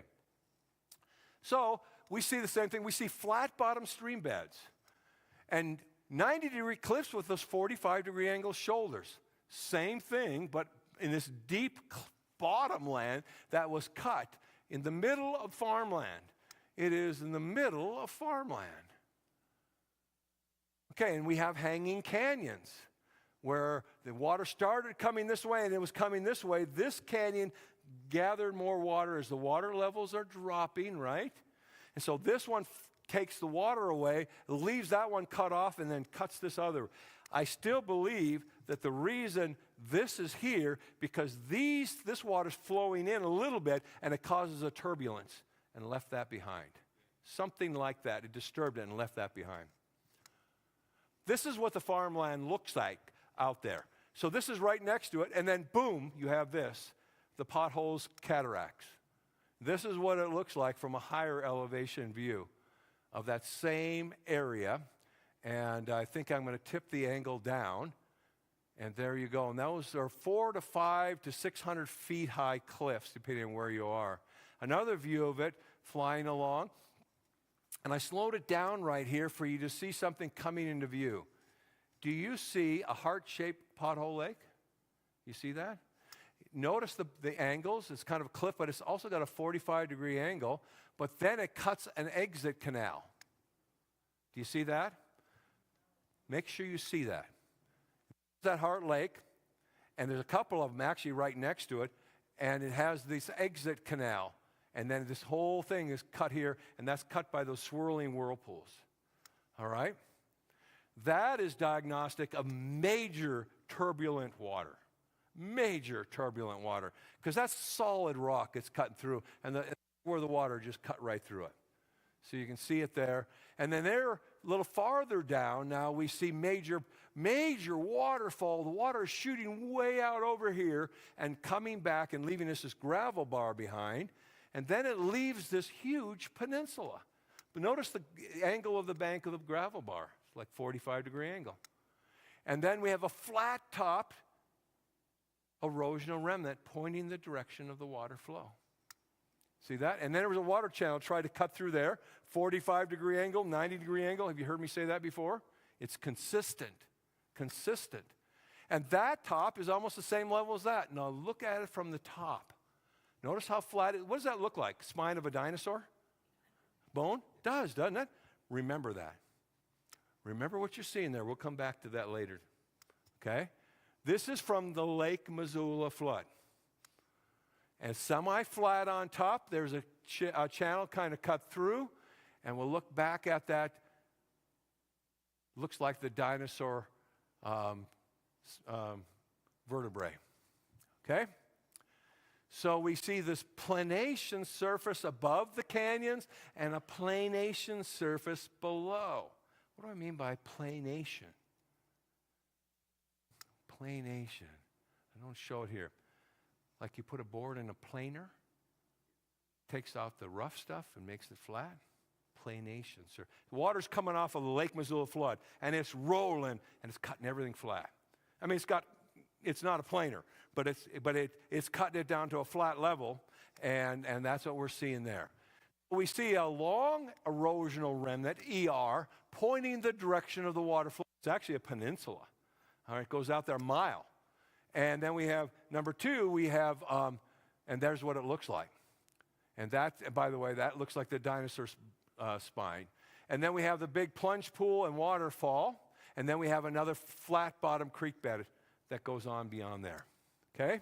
And these I'd call vortex channels because you have these spinning whirlpool vortices that are spinning around, and they cut these channels. And that's important for you to see. Okay? And there they are. Those are cut by those spinning whirlpools, cutting through there. All right? This is the Wallowa Gap. 1.2 miles, water couldn't get through there fast enough. Just imagine the amount of water busting through this countryside. This was left in the gap. And I went, whoa, look at that thing. Sort of has a one even elevation on top. Well, it's not very flat. And it looks like stovepipes when you see it from an angle. It looks like a couple of stovepipes left up there. And then we see the kind of cliffs and another set of cliffs and then a 45-degree angle base that goes a long ways down. The Native Americans called this the two coyotes, the two sisters, but they were two coyotes. Okay. So there's what they look like. This is a big area. And this becomes important. I call this a tower on a cone. You have this cone shape, and then you have a tower on top. And that's happened by flood. And it's usually on the edge of a main channel. It's not in the main channel, it's on the edge of a main channel. Okay, you see that 45-degree angle base there? And you see water channels there. And then you have the towers on top. Okay, and there you go. And notice those dimensions. And that's all cut, I believe, by turbulent whirlpools spinning. Water's going through here, but with that there, it's causing water to eddy back and swirl around, giving us that round stovepipe type shape. And there's an important thing there. What do you think that is? That's the drone flyer. That's me. Okay? I want you to get the size, okay? Get the size of this countryside. All right? So what causes this? Remember, we have planation surfaces. Now, when a dam breaks, now in a normal flood, what do you have? Water comes up, water comes down, right? This thing, you have water, boom, it's up. And then it's just going to come down. So it's going to come out with a rage, and it's planing everything down, semi-flat, layer, layer, layer, till the water starts to wane a little bit. Then it'll start to move around a little bit to one side or another, channelize. But during that sheet flow phase, we call it sheet, where it's just spreading out like a sheet, and it's just planing everything down, makes it fairly flat. Then as the water starts to get lower, it's going to channelize, and channels have a molecular pull. They'll pull the water into the channel. And so it just cuts these channels. How does it get a flat bottom channel? Because there's enough water flow to plane that down and make that level. And so that's how that happens. So it's planing like you do like this. So you stick those rough boards in, and you have a lot of material left over, and then you get a flat board. That's what's a planation surface, okay? All right? So that's the planation surfaces come from the sheet flow phase. Then the flat bottom creek beds I mentioned, well, now the water's starting to suck into the channel, but it's got enough flow to cut that down, and so you're getting a planation down at a lower level. Anybody ever seen a flat bottom creek bed in Montana? I see them all over North Dakota. I see them all across Montana. You'll see them now. Wait until you drive through Billings next time, and you look at the Yellowstone Valley, and you have cliffs, you have shoulders, and you have a flat bottom, river bottom. Everywhere. It's everywhere. Okay? What about these erosional remnants? Well, they got planed down flat, the same level as the land on either side of them. And then the water channelized and left them behind. And so now they're flat-topped. Oh, that's how we got flat-top buttes in North Dakota. Well, wait a minute. That's not in Lake Missoula flood. What could that be from? Pothole lakes, that's during the channelized phase now, but can be doing both. But it's especially when the water's getting a little lower, there's obstructions. And when there's obstructions, the water starts reversing backwards, and it causes these things to come around, and it causes them to swirl. Turbulent whirlpool caused. All right? And hanging canyons, of course, one canyon gathers more flow and cuts the other one off, and so you get that canyon starting to erode down and then gets cut off, left hanging. Okay, that's Lake Missoula flood. You know enough now. All right? Any questions on this? We'll take a minute or two break. When was it? When was the Lake Missoula flood? How did I do for that? Yeah, he's going to get a microphone so we can get it recorded. All right, so the flood of Noah ended about 4,500 years ago. So here's how to think about it, is Adam and Eve 6,000 years ago. The flood of Noah, 1,500 years later. Okay? So that takes us to 4,500. They get off the boat, and we go into the Ice Age for 500 to 700 years. So the Ice Age lasts till about 3,700 years ago. And so when we think about the time of David, David was 3,000 years ago at about 1,000 BC. Okay? So during David, the Ice Age is starting to wane, is pretty well gone, but the effects of it caused the land of Israel still to be very flourishing with water, etc. So that gives you that. So this Ice Age was about 3,700 years ago when it ended. So Lake Missoula flood would be somewhere around 4,000 to 3,700 years ago. Okay? So right at the time of Abraham, Lake Missoula was bursting. That's a good way to remember it. Okay? Great question. Any more? So we're going to load the next one, and then we're going to be done. So this is your shot. Any more? Okay. Are we ready for the next one? Fire it up. Here we go. Now, Noah's flood was not like the Lake Missoula flood in this one sense, in that it went up and went down. And waters were rising, waters are being removed, okay? And so Tass Walker down in Australia, and I got this from Michael Ord over in Bozeman, he put together from the Genesis flood, it's 371 days until Noah got off the boat, okay? And so the first 40 days of the flood and actually all the way up to the peak is the destruction phase. Everything's getting destroyed all the way up to the peak. So you get all the first 30 to 40 days, we get wave after wave coming in, going in farther and farther across the land, destroying. You've got dinosaurs swimming and coming back on as the wave ebbs and walking on some laid down cement, if you will. And then another wave comes in, they swim, and they walk on the next layer. And we see this during the flood surges. That explains dinosaur tracks in Paluxy River in Texas, okay? But anyways, until they finally get rolled up into the waves. And then we find them in Montana buried under layers of sediment, broken apart. They're ripped apart or balled up into a mess. That looks like they were really in bad deal when it happened and got buried rapidly. How do you make a fossil, by the way? A fossil. You bury it rapidly and you bury it deep. You know, we have fossils of squid. Well, what do you mean, of the squid bones? Squid are soft tissue, soft little jelly guys, and we have fossils of them. And one fossil that was supposed to be 150 million years old has the ink sac still in it with ink in it. All right, that was found in England. All right, that had to be rapidly buried deep. Do you see that? And that's what happened. And so that all was happening in the first part, and that's where all of these layers are laid down.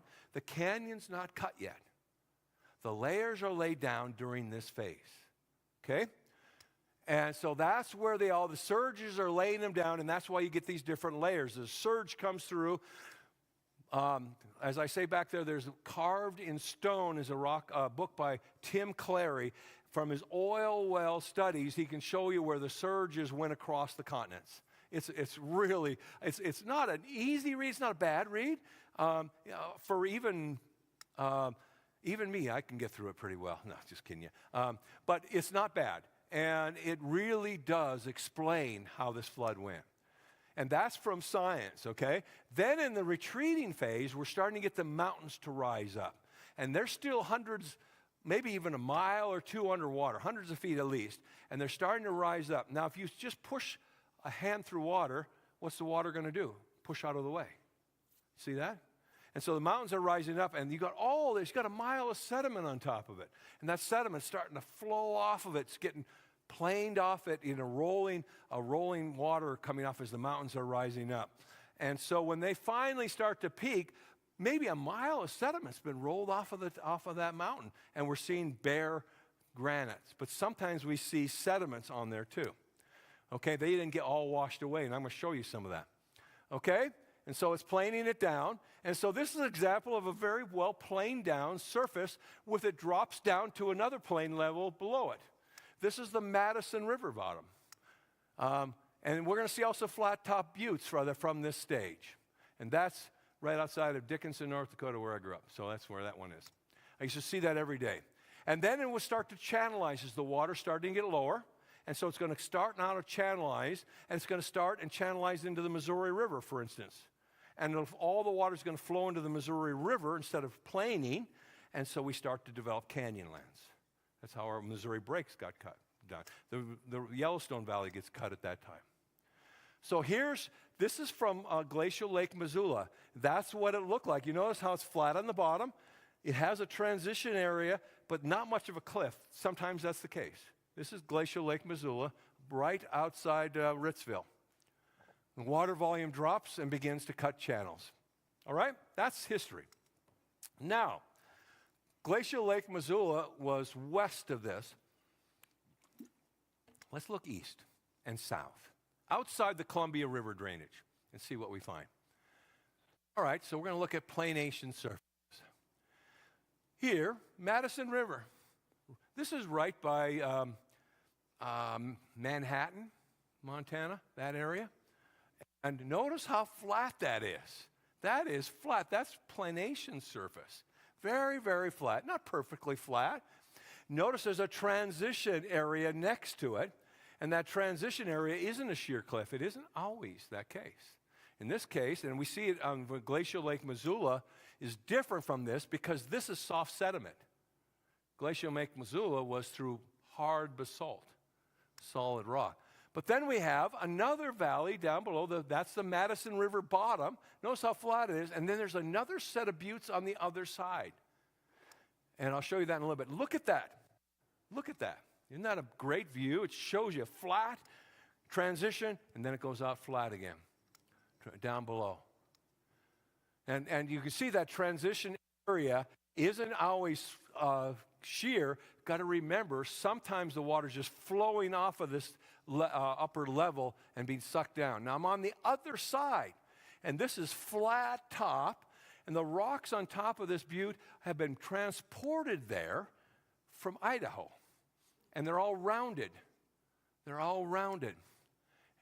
Those rocks up there, quartzite from Idaho, drops down into the Madison River Valley, and then as we look across this flat top here, we see the other side where we were filming before.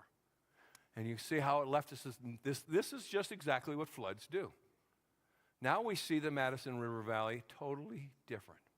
Totally different. Okay? That's a planation surface above and below. We have a semi-flat river bottom below. And now I'm going to take you out into the middle of Wyoming to nowhere. It's called Chugwater Creek. Anybody know where that is? One person, yeah. Well, Chugwater Creek's right here, the town. That's the creek. Notice this weird place. What are you seeing now? Do you see the cliffs? Do you see the shoulders? And look at the river bottom. And by the way, what do you see right down in the bottom? What are those? Little water ripple bumps of some sort. And they only go a short distance right there. That's an interesting thing. And look at all those fingers coming out from that very plain surface above. This is at 6,000 feet. Wyoming's very high. Where did the water come from here? There's no lake above this. See those general dimensions that we see before? This is what those fingers look like. And they're all over the place up there. And then up on top, it's as flat as a pancake for 30-some miles till you almost get to Nebraska. And then it drops down on the other side again into the Scotts Bluff area. See how flat it is up there? How did this happen? Massive flooding. Massive flooding. It has to be from massive flooding. Okay, so we see a flat bottom creek bed with steep cliffs and a 45-degree angle shoulder. Just like, this is pathognomonic, it's a diagnostic, maybe a better word, of a flood origin creek bottom. Notice how it was in the Frenchman Coulee, and we see this is from outside Lake Missoula. This must be from the mountains rising up out of the ocean. Planation surface above, very flat, really flat up there. All right, Beartooth Mountains. Anybody been there? Yeah, great spot, huh? That's just like, I just love it. And if you've been on the Beartooth Highway, do you see it there? See it coming up the side of the mountain there? And I was backpacking in there a few years ago. That was before my heart. Not sure I can do it anymore. But I was backpacking in there, and as we came out, I kept looking and going, look how flat the top of that is. Did you ever notice that? Here's a drone shot. Now, that's not perfectly flat, and as you're going to see, it's got a kind of a rolling flat as we'd expect. But then we have a transition down into the Rock Creek area, 3,000 feet down into the Rock Creek bottom. And look how flat it is on top. You think of mountains like this, right? These mountains are like this, flat on top. It's astonishing to see that. Okay, so we have a planation surface on the top mountains. How did that happen? That's when the mountains are rising up and evidently water washed off, just like that. Okay, how about erosional remnants with flat tops and mesas? Oh, by the way, let's talk about this. Laccoliths and various kind of extrusions of magma. If our model is correct, as the mountains are rising up, there's a lot of shifting of the magma underneath. And the ocean basins are dropping down, sucking the water off the continents. Mountains are rising up. You have this interplay of magma with soft sediment layers. So the magma comes right through it. And then as water's washing off, it cools and leaves a flat top thumb that we call Devil's Tower. Now that's where the magma came up volcanically, like a volcano. But sometimes it comes up and then it goes under the layers because they're still soft, and that's called a sill formation. And that is this one, right over the top of the pass on Highway 200, dropping down into the town of Sims. And just before Sims is this butte, and this is my first drone, and it's got a lot of lighting issues, but we get better, we work with it. But notice how that looks weird. Doesn't it look weird? Those little layers? Those layers are just cooling magma. And so that's a sill formation. But look on top. There's water channels. This you don't see when you're on this top of this butte. But when you get above it, you see water channels. But they're not. It's not a big enough butte to have water fall on it to cut those big channels. So how did that happen? Look at the sides of the butte. Look at the dimensions again. What are you seeing? Sheer cliff, 45-degree angle shoulder. And as I've reviewed this, I've watched this and looked at it, and you see that that's all cooled magma. So that's a lot like the basalt, all right, that we see in Washington State. And it's got all the dimensions, like all the rest of this has been washed away. And so some of this was all that and got washed away, and this was left behind, fairly flat. There's our usual dimension. But there's also something else I was starting to see. And I'll show you. Top. Do you see on top, you can see those water channels, and it looks like those water channels extend way out here, and they formed way out here because they're too wide at the beginning. They're starting out too wide. And that's what that cold basalt. But look at this. There's water channels coming off the top of this thing. And the top tips away. So how did water ever accumulate to cut like that? That had to be happening during the formation, during when the mountains are rising up. Water's coming off those Rocky Mountains right there from Lincoln, okay, coming out there, and it's washing, and it cut this creek bottom here, and some of the water left this behind for some reason or another. But some of us flowing off the edges, and it's doing that. It left that behind. You see how it tips away from that edge? And yet there's water channels down the face of the edge. And that's the main water channel there. Now what's interesting, you see that water channel going that direction? That's not right. Doesn't work with our model. The water is flowing towards the Rocky Mountains, not from it. All the water down below is flowing from the Rocky Mountains down towards Great Falls.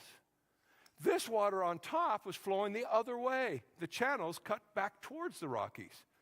And I drove away from there going, what does this mean? I had to think about that. So how did those water channels form? And they should be going that way, but they're going this way. How did that happen? And notice they look like they were longer before because they're wide, they're well defined. It's not like they just formed right there. And then I thought about it. This is an irrigation ditch in my house, coming out of a culvert, and I threw some tennis balls in, and I'll show you. But look at the water on the edges. What direction is it flowing? Do you see? And I threw some tennis balls in. See if you can see this one, for instance, right here. We threw it in, it went this way, and now it's going backwards. Here's another one. Watch the direction it's going to go. It's going to come around, and it's going to go reverse. Here's another one, reversing direction. What's that called? A backflow, another word. Eddy. Eddy and eddy. Water, when water gets expanded suddenly, and it's moving fast, the main flow goes by, but some of it eddies back and fills in the hole. And it reverses direction. And as I thought about that, I thought about this too. Anybody recognize this? Let's see. You might have to, let's see if I have to, I have to start it. Watch the water flow in those little cups there. Do you see how it's eddying back? It's actually cutting like this. See that? This is Avalanche Creek up there up in Glacier. See how that water's turning direction? And in here, you really see it. It's just going like this. And that's cutting that round circle like that. Do you see that? So I started thinking about these aid flows. I took this a couple years ago. You're the first ones to see this, that one. I started thinking about this. I realized, well, that's like a rock in the river. What's left of this thing, this erosional rim, is a rock in the river, and it caused an eddy back, and that's what caused those coming down the face of it the other direction. That's the only explanation I could come up with that makes sense. A little farther away is Cascade Butte. Now look at the top of Cascade Butte. What do you see? Water channels going out to nowhere. How in the world did they get cut? You know, look at them from the side. Look at how those are huge channels, as if that was cut by a major torrent way out here which is all gone. So that must have been earlier stages. Water was going that way, and then the water channelized and cut through and left this behind and left this hanging. But instead of being the top end like Lake Missoula and everything cut off, this is flowing down here, and the bottom end gets cut off. You see what I mean by that? I call it a bottom end hanging canyon. All right, this is a fun place to go. I've hiked here. Many of you probably have been up here into the Beartooth, and this section is just for fun, so just enjoy it. We're right here, because I just love that area. It's just so pristine, and it's only hospitable for 2 days of the year. The rest of the time, you're either freezing or hot, and it's never easy. But look at how those lakes are cut, and some of that's by glacier, and some of that, I think, is from the lake, from the mountains rising up. But look at the tops of them. And that's where it gets the name, one of the origins of the name Beartooth, because it looks like teeth. You see that? That's how it got that. Now, I want to take you to this. This is called Beartooth Butte. One side's Beartooth Butte. The other one is called Clay Butte. Notice this from a drone shot now. Do you see this? Water channels going like this. But before that, water was coming this way, and then eventually, as the water drops down, it goes around it. I was backpacking there with my grandson, and I saw that, and I said, that's sedimentary rock. All the rest of the rock is granite. This was left behind. All the rest have been washed clear of sedimentary rock. This is fossil-bearing sedimentary rock from Noah's flood on top of the granites. It didn't get washed away. And it's the only sedimentary rock you're going to find in the whole area, is this little butte here. And you can see even like an iron-rich section here. But also notice as we go by the little cone. See that? A little cone. How many millions of years do you think that's been there? See the point? This can't be that old.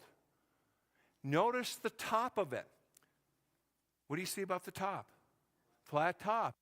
What do you see? Cliffs. Not perfectly sheer. You also see, you see these guys sticking up. Anytime you see those sticking up, after you ask yourself, how many millions of years this could be here? It can't be. These are not that old. And you see this cliff is all sedimentary rock. Everything else is creation day granites that were under the water, that had all the sediment on top. This all lifted up. This was left behind with a flat top on the very peak of it. And there it is from the view. And you can see how water flowed on either side of it and left that behind. And that's a big erosional remnant at 10,000 feet with no lakes of any significance past that. So we have Beartooth Clay Buttes, strong evidence of water rushing off the rising Beartooth Range. Beartooth's at 10,000 feet. We have massive water erosion leaving behind fossil-containing sedimentary rock. So where did the water come from, smart people? Well, where did it come from? What's the Bible say? Psalm 104. I'm absolutely convinced this is a psalm of the flood. The mountains rose and the valleys sank down. The mountains started rising up out of the ocean. The ocean basins sank down, pulling the water off the continent and leaving this behind. And as it did on the Beartooth, it flattened out the top of the Beartooth, and then it started cutting into these channels. And at the same time, it flattened out the Beartooth Plateau, which kind of tips downward, and it went around the Beartooth Butte and left that behind as an erosional remnant. No other way that could be up there. No other way.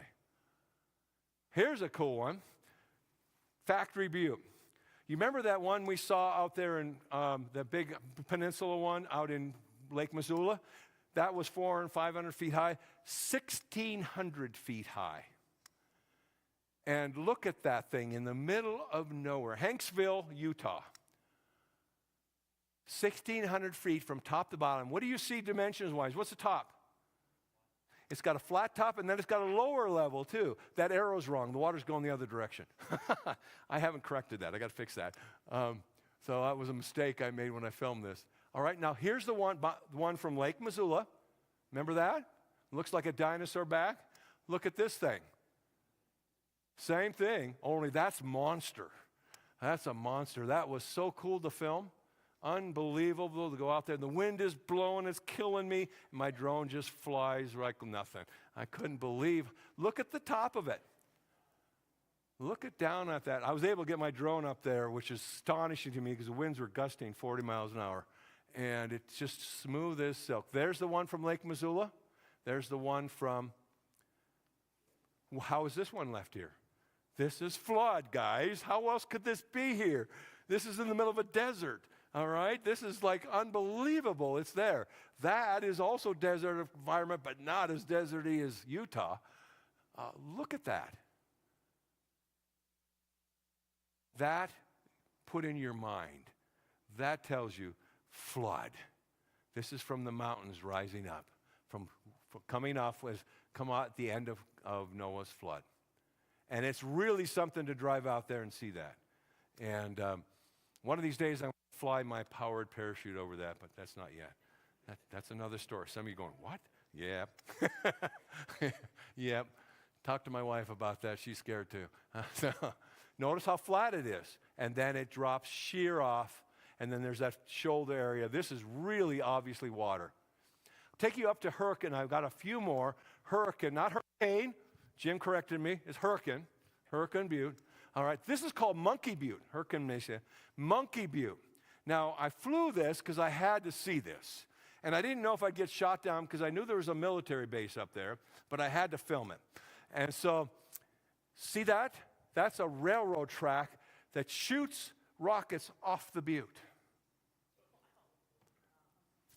Why'd they do that? Well, first, it's nice and flat. And by the way, there's another butte up above that. They used to shoot monkeys. They put them in chairs and shoot them off that butte.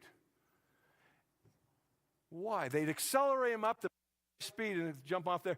Well, they were developing ejection seats for fighter planes. So it was very, I'm sure some monkeys didn't make it. But as I was coming down, what do I see? What do you see here? Do you see those different layers? Those are levels of water as the water is dropping. Do you see that? Clearly, you have one level, then it roads down to the next level, and the water's getting less and less, so it's getting wider and wider out. And it left behind the evidence of water levels dropping. Clear evidence. That is phenomenal, phenomenal evidence of Noah's flood. And the flat top buttes, they are too. The mesas or buttes, or whatever you want to call them, that is clearly that. So we have evidence of water levels dropping. I don't know if we have time for this. You guys want to see more? Are you still okay? I've got a couple more. All right. Here we at Moab, and we want to just take a look what's up on top. Notice the cliffs above the city, the flat bottom. This is from Google Earth. See Moab down there? What do you see up on top? I'm camping down there on the Colorado River, kind of a neat spot. I threw my drone up, and what did I see?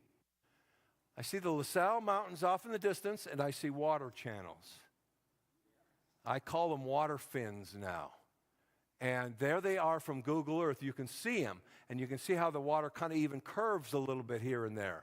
And this is a layer above Moab. So this was before Moab existed, in days. And there's another layer, you can see them coming, and that's the Abajo Mountains coming up. So then I looked at that, and then I went out to this thing called Needles Overlook right here. This is where it is. It's a really cool spot.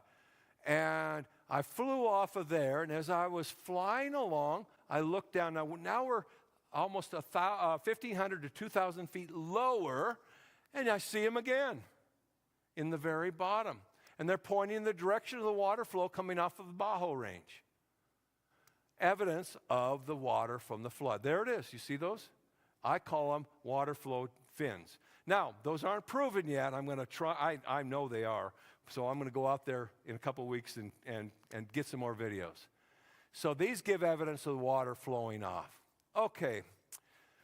What is that green spot and the white spot? I'll help you. That's the farthest east portion of the Rocky Mountains. What is it? Green spot. But in maybe black. The Black Hills, okay? Yeah. That's the black, tall things rolling. Yeah, Black Hills, okay? Rapid City right here. What's the white stuff? No, but that's a good guess. That's the other way. That's good. You know that much. What is that? Badlands. Badlands of South Dakota. Weird place. That's what it looks like there. Here's the Badlands of South Dakota. Isn't that something? It is really different. Look at those peaks. They've formed over millions of years of slow erosion. Those are eroding away as we speak, guys. They can't be very old at all. Notice you have this transition area, but what do you have? You have a flat bottom below that. It's really a weird place, this Badlands, South Dakota. It's not like anywhere else at all. And it's just like mud was dropped there, and then it got cut up. It's just the strangest place. Look at this, and it was a really kind of cool year. It's almost like there's a green up on top, and you're ready to golf down across a very bad sand area. Notice we have one layer that's flat, drops down to another layer that's flat. And that is evidence of dropping water levels. So we turn around, we can see this evidence of dropping water levels. You see how you're starting to pick up these basic concepts. As we turn around and look back at it, you can see how flat it is. You come off of what looks like almost a dinosaur tail, and then you can see it just goes flat into a big flat plain. That looks like a dinosaur tail, or maybe a backbone area, and then it goes really flat out there. Planation surface. Okay? Let's look at some water ripples. Look at that from Google Earth. Does that look like water ripples to you? It does kind of, doesn't it? And if you look at it carefully, you can see actually it looks like there was something going this way, something going this way, and these are going this way. You see that? Now, where is that? Look above it. What do you see above it? Badlands. See, that's Badlands? So what's below the Badlands? What state is below South Dakota? Nebraska. That's the sand hills of Nebraska from Google Earth. What does it look like to you now? You see water ripples or sand ripples? Windrow. These are like water ripples. See them? And they change direction. And that direction right here between these two is very interesting because this is what's in the way and makes them go around. You see it? The Black Hills are in the way, so water's going this way, and then water's coming the other way around the Black Hills. And it reminds us of those. That is Camas Prairie from Google Earth here in Montana. Okay? That's from Lake Missoula flood. This is a third of the state of Nebraska. Looks the same way, but much bigger. I worked in the Sandhills, Nebraska in my freshman, sophomore year, summer, and it's miles from one hill to the next. These are huge water ripples. And you see how they compare? And they compare even to those back that we saw in the Sea of Cortez. I really believe this is water ripples, so why are they here? And I started looking at this and saying, wait a minute now. We have water coming off the Rocky Mountains from Montana. And it's coming down this way, and it's going around the Black Hills, and we get this swirling action here. Water's going back here, and it's losing speed as it goes back into the eddy. When it loses speed, it drops its load, giving us that sediment that was here. And some of it is coming around like this and losing its speed, and it's dropping the sand for the sand hills of Nebraska. And then when it finally gets down a little lower, it leaves us water ripples behind. Nobody knows how the sand got there. I think we have an answer. And the sand came from the top of the Black Hills and of the mountains of Montana too. And so we had water going that way, we had water going that way, and it drops them. Pothole lakes. This is my favorite, this section.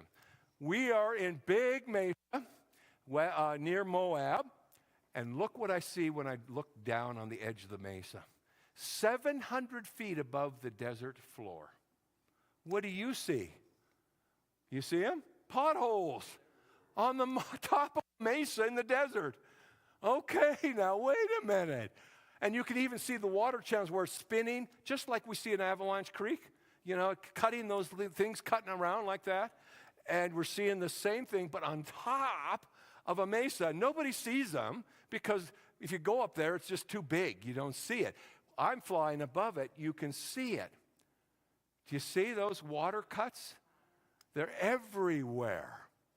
That is turbulent whirlpools. This mesa is like that. Now look at here. This is from the flood.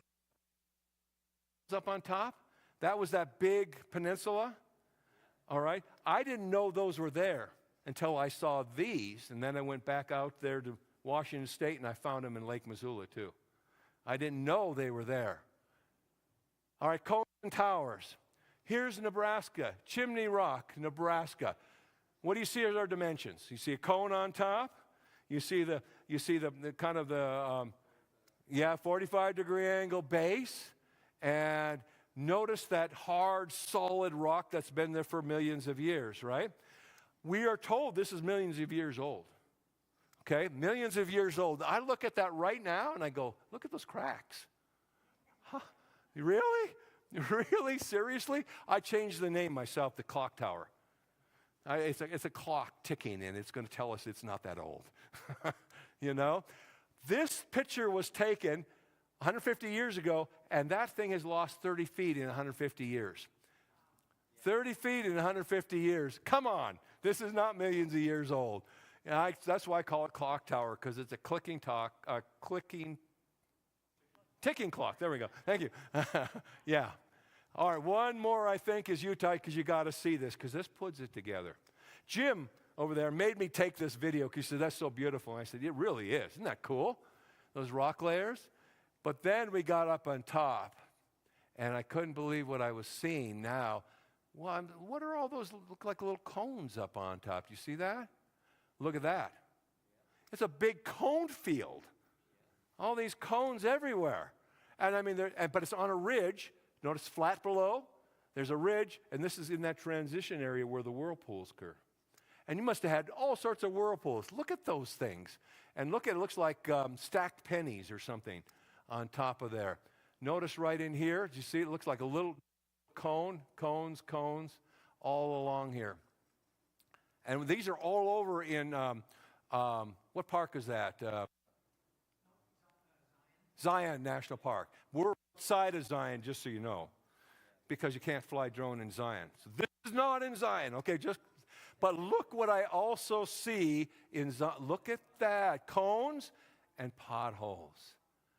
Now I know it's turbulent whirlpools. That picture confirmed my hypothesis. And you can see all sorts of channels, water's trying to cut into these things, leaving these as erosional remnants with little cones on top, towers on top. Here, right there, see that? That looks just like Avalanche Creek. And I see the same thing up in Hamilton at Lake Como as the water's coming out of the canyon. There's these circular spots in the rocks.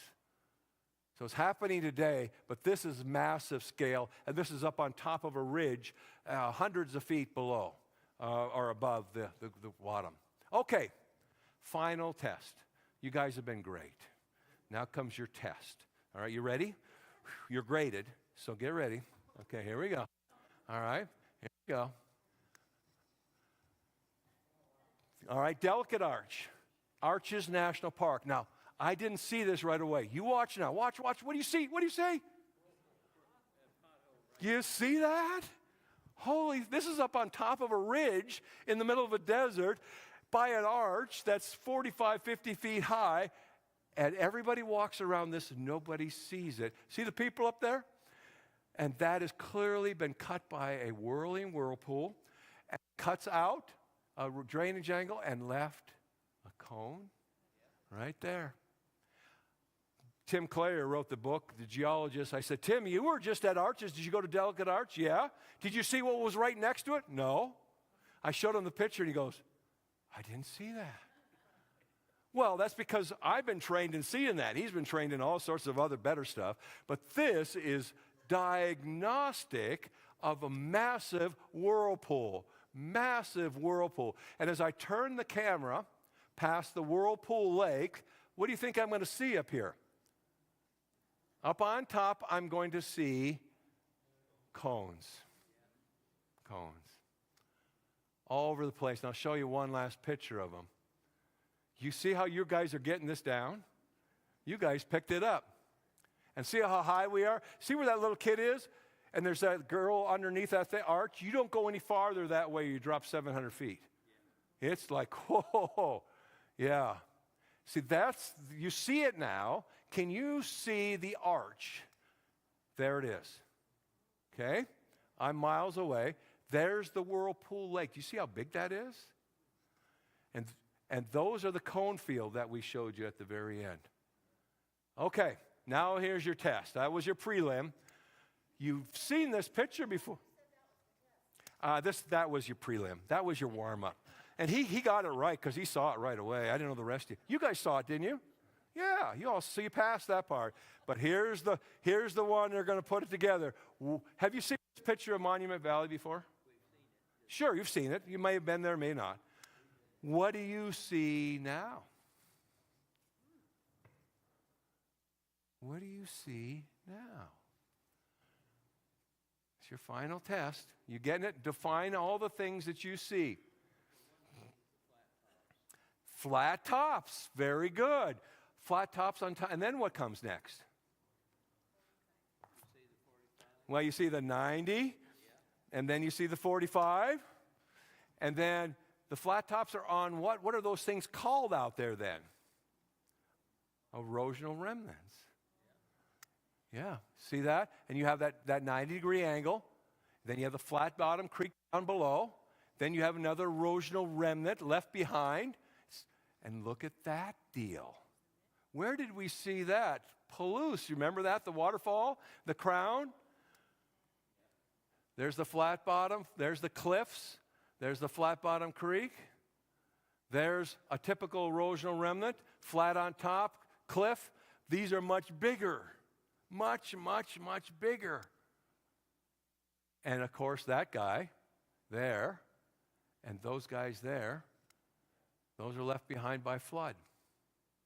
How many millions of years do you think this thing's going to stay there? Yeah, at least. Do you see how obvious this becomes? Now, here's the question. If that's the case, all of this dirt was removed by that water. Where did it go?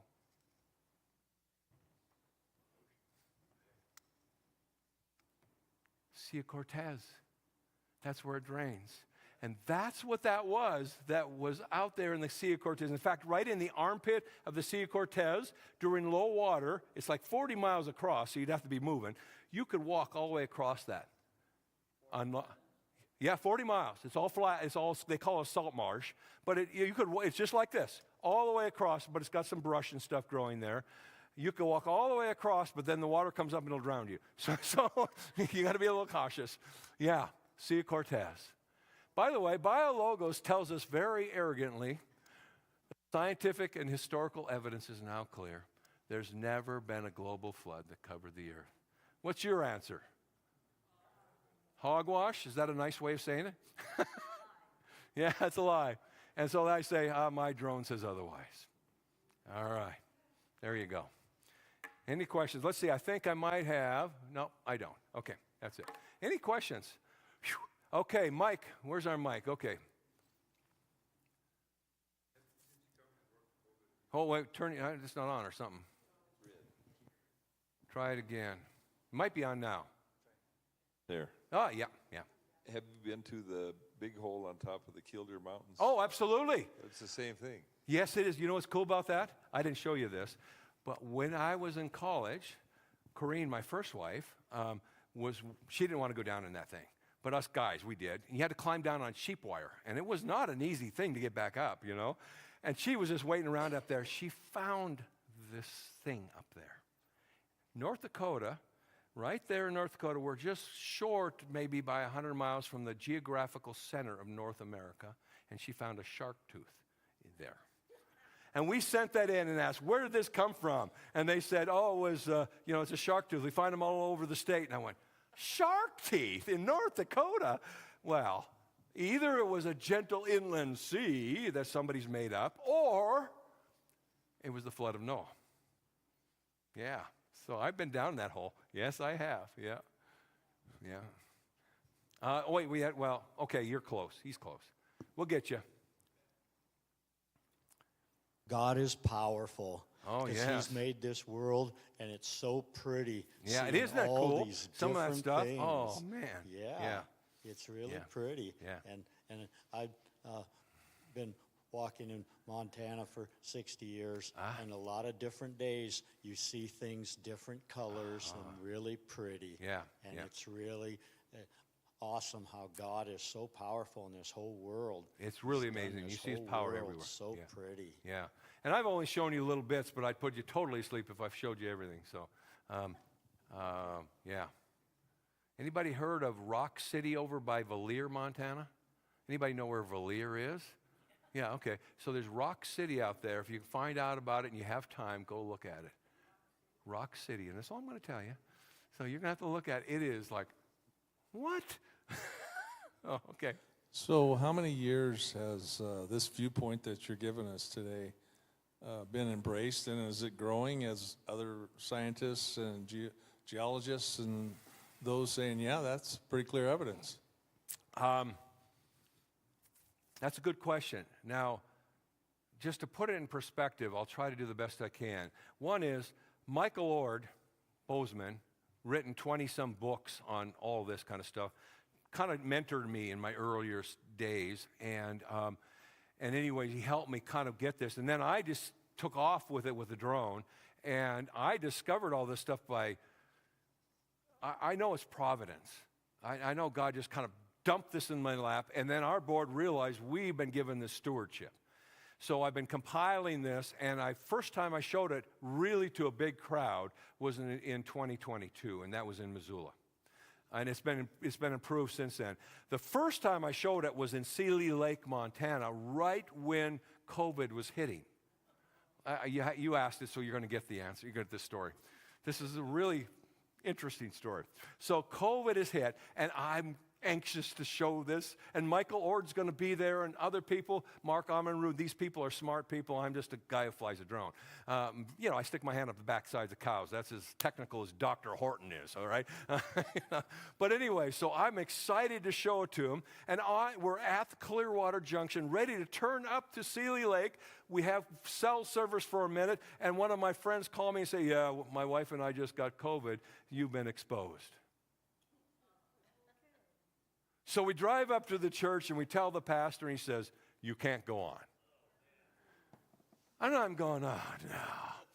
So we have a picture of this. I think Jim took it, or somebody took the picture of me. We figured this out. I put a headset on like this with a clicker, and I stood outside through the window in November, and I dictated it, clicking it outside through the window, you know? And so that was all I was able to do. I had all these plans, and I was so disappointed when we got done, and I couldn't find out how everybody liked it. You know, I didn't know. It was my first debut. So I took my drone out by the lake, and I'm flying it around. And then I found a new way of navigating on the drone, and so I put it on there, and I'm flying it. I didn't notice I had the down button on it. And I'm flying along, and it's almost here, when all of a sudden the screen goes, and then I hear, so that drone's still in the bottom of Sealy Lake somewhere. Oh, no. So that's a $1,500 drone. I was destroyed. Jim will tell you, and Chuck will tell you that it took me 3 months to fess up to my board. I didn't say a thing. I just went home quietly. And finally, I just said, I got to tell them I destroyed the drone. So we bought a new one, and we bought 3 of them since then. But some of them were repaired, and we paid for repairs. So that's kind of what was your question again? Well, how long have you been presenting this evidence? Yeah, so it was 2022. So yeah, that comes to another important part is, so now that I put this together, Randy Galusa, the director of ICR, has seen it a couple of times. And Tim Clary now saw it once, who's their geologist. And I presented it to the Creation Research Society geology team at the Ark in Kentucky last year. And it's gotten great reviews. And so we're going to publish it in a book. ICR has agreed to not only publish the book, but promote the book for us. And so it's going to be mostly a lot of pictures with the talk I've given you, but it'll also have QR codes so that you can snap a picture of that QR code and see the video that goes with that picture. So that's our plan. I'm halfway done with the rough draft. And it should be out maybe, I don't know, by the end of the year, I'd hope. Yeah. So that's going to be what I think is going to be the big debut. Right now, our audience is like this. We're not getting out there big. A lot of people in the Dakotas and smaller areas know about it. But to get it really out there, I've got to be able to do this. And so that's our goal. Yeah. Be interesting to see what happens of it. Okay. Have you been in South Dakota also? Oh, yes. Because I know Ron and I, we lived in North Dakota. Okay. Right by Crosby, North Dakota. Oh, yeah. And, of course, it's pretty flat there, Yes, that's real flat. And so one long weekend, we went down to South Dakota. Mm-hmm. And we, looked at all this stuff, and we were going to go down through a tunnel. And I get claustrophobia really easily. And I'm saying, Lord, just help me through this. I'm going to make it. And Ronald's right behind me. He's 6'3". I'm 5'3". And he says, I'm out of here. And I said, oh, thank you, Lord. So we didn't go. Was that in a cave? It was a cave. Yeah. Oh like Wind Cave or something? Yeah, those caves that you kind of go through and they lead you through. And Yeah. There's 10 people behind you. And, oh, gosh. Oh, yeah. Yeah. Anything else? I don't have a question, but I have to say I find it interesting that your presentation that you did to a larger audience was in 2022, and we were in that audience, and that's how we connected. Yes, isn't that interesting? Yeah. Steve was like, did you see that drone guy stuff? It was so cool. And I was like, yeah, that was really awesome. Yeah, so, I I think mean, that's this cool. is a product of that. That's good. I didn't know. Yeah, now that you say that connects the dots. Yep. Yeah. Okay. Yeah. You all might know this already, but the Bison Range, you'll see a sign how high Lake Missoula was. Yes. And you'll see one up on the M, too, if you go a little farther. Yeah, there's a sign up there that shows how high it is. Yeah, but I don't have to climb there because all I have to do is run my drone up and I can see it. So the drone has made me lazy. I don't have to. I can get better views from just with the drone. Oh, yeah.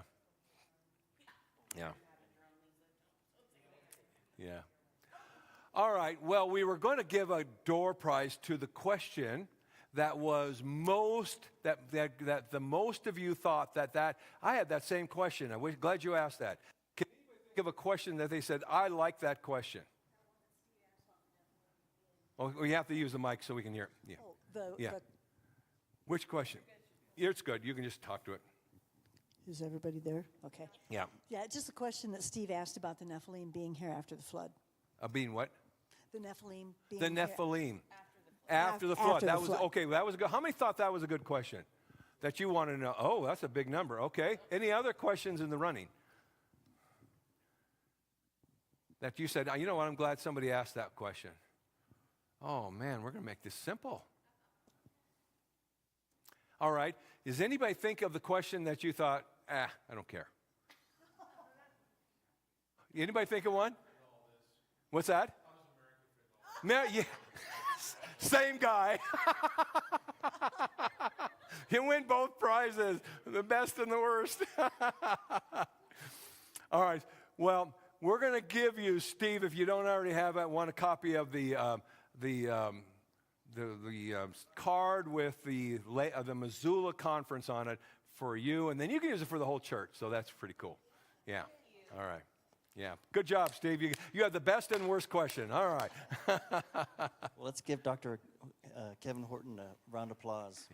And my team. Couldn't do it without these guys. Thank you. Yeah. And his team, Chuck and Jim. We thank you so much. Yeah. All right. Well, thank you, guys. I want to say this. It was a great pleasure being with you. You know, we've all said, what a fun group. But I knew it was going to be fun because Steve caught me on a little joke. Is I have an acronym I use when I have on my notes that I'm writing for my sermons, and I put OH. That means I'm going to do a slide. So click the clicker. And that goes back from the days of the overhead projectors. You know, so I asked him, by the way, do you guys have an overhead projector? And he wrote back, and yes, and we have acetates with pens. And I went, okay. And then I didn't realize what I'd asked. And so I said, no, I meant for a PowerPoint. And he wrote back to me, said, what's PowerPoint? and he got me because I'm going, where am I going? And then I realized, and he said, and he smiled, and I went, oh, you turkey, I'm going to like this guy. He got me. Making you nervous. Yeah, that was good, man. That was a good one. Well, thanks, everybody. Glad to see you. And anything else you want to get there, fine. And again, we'll try to put this up on our webpage, too. So.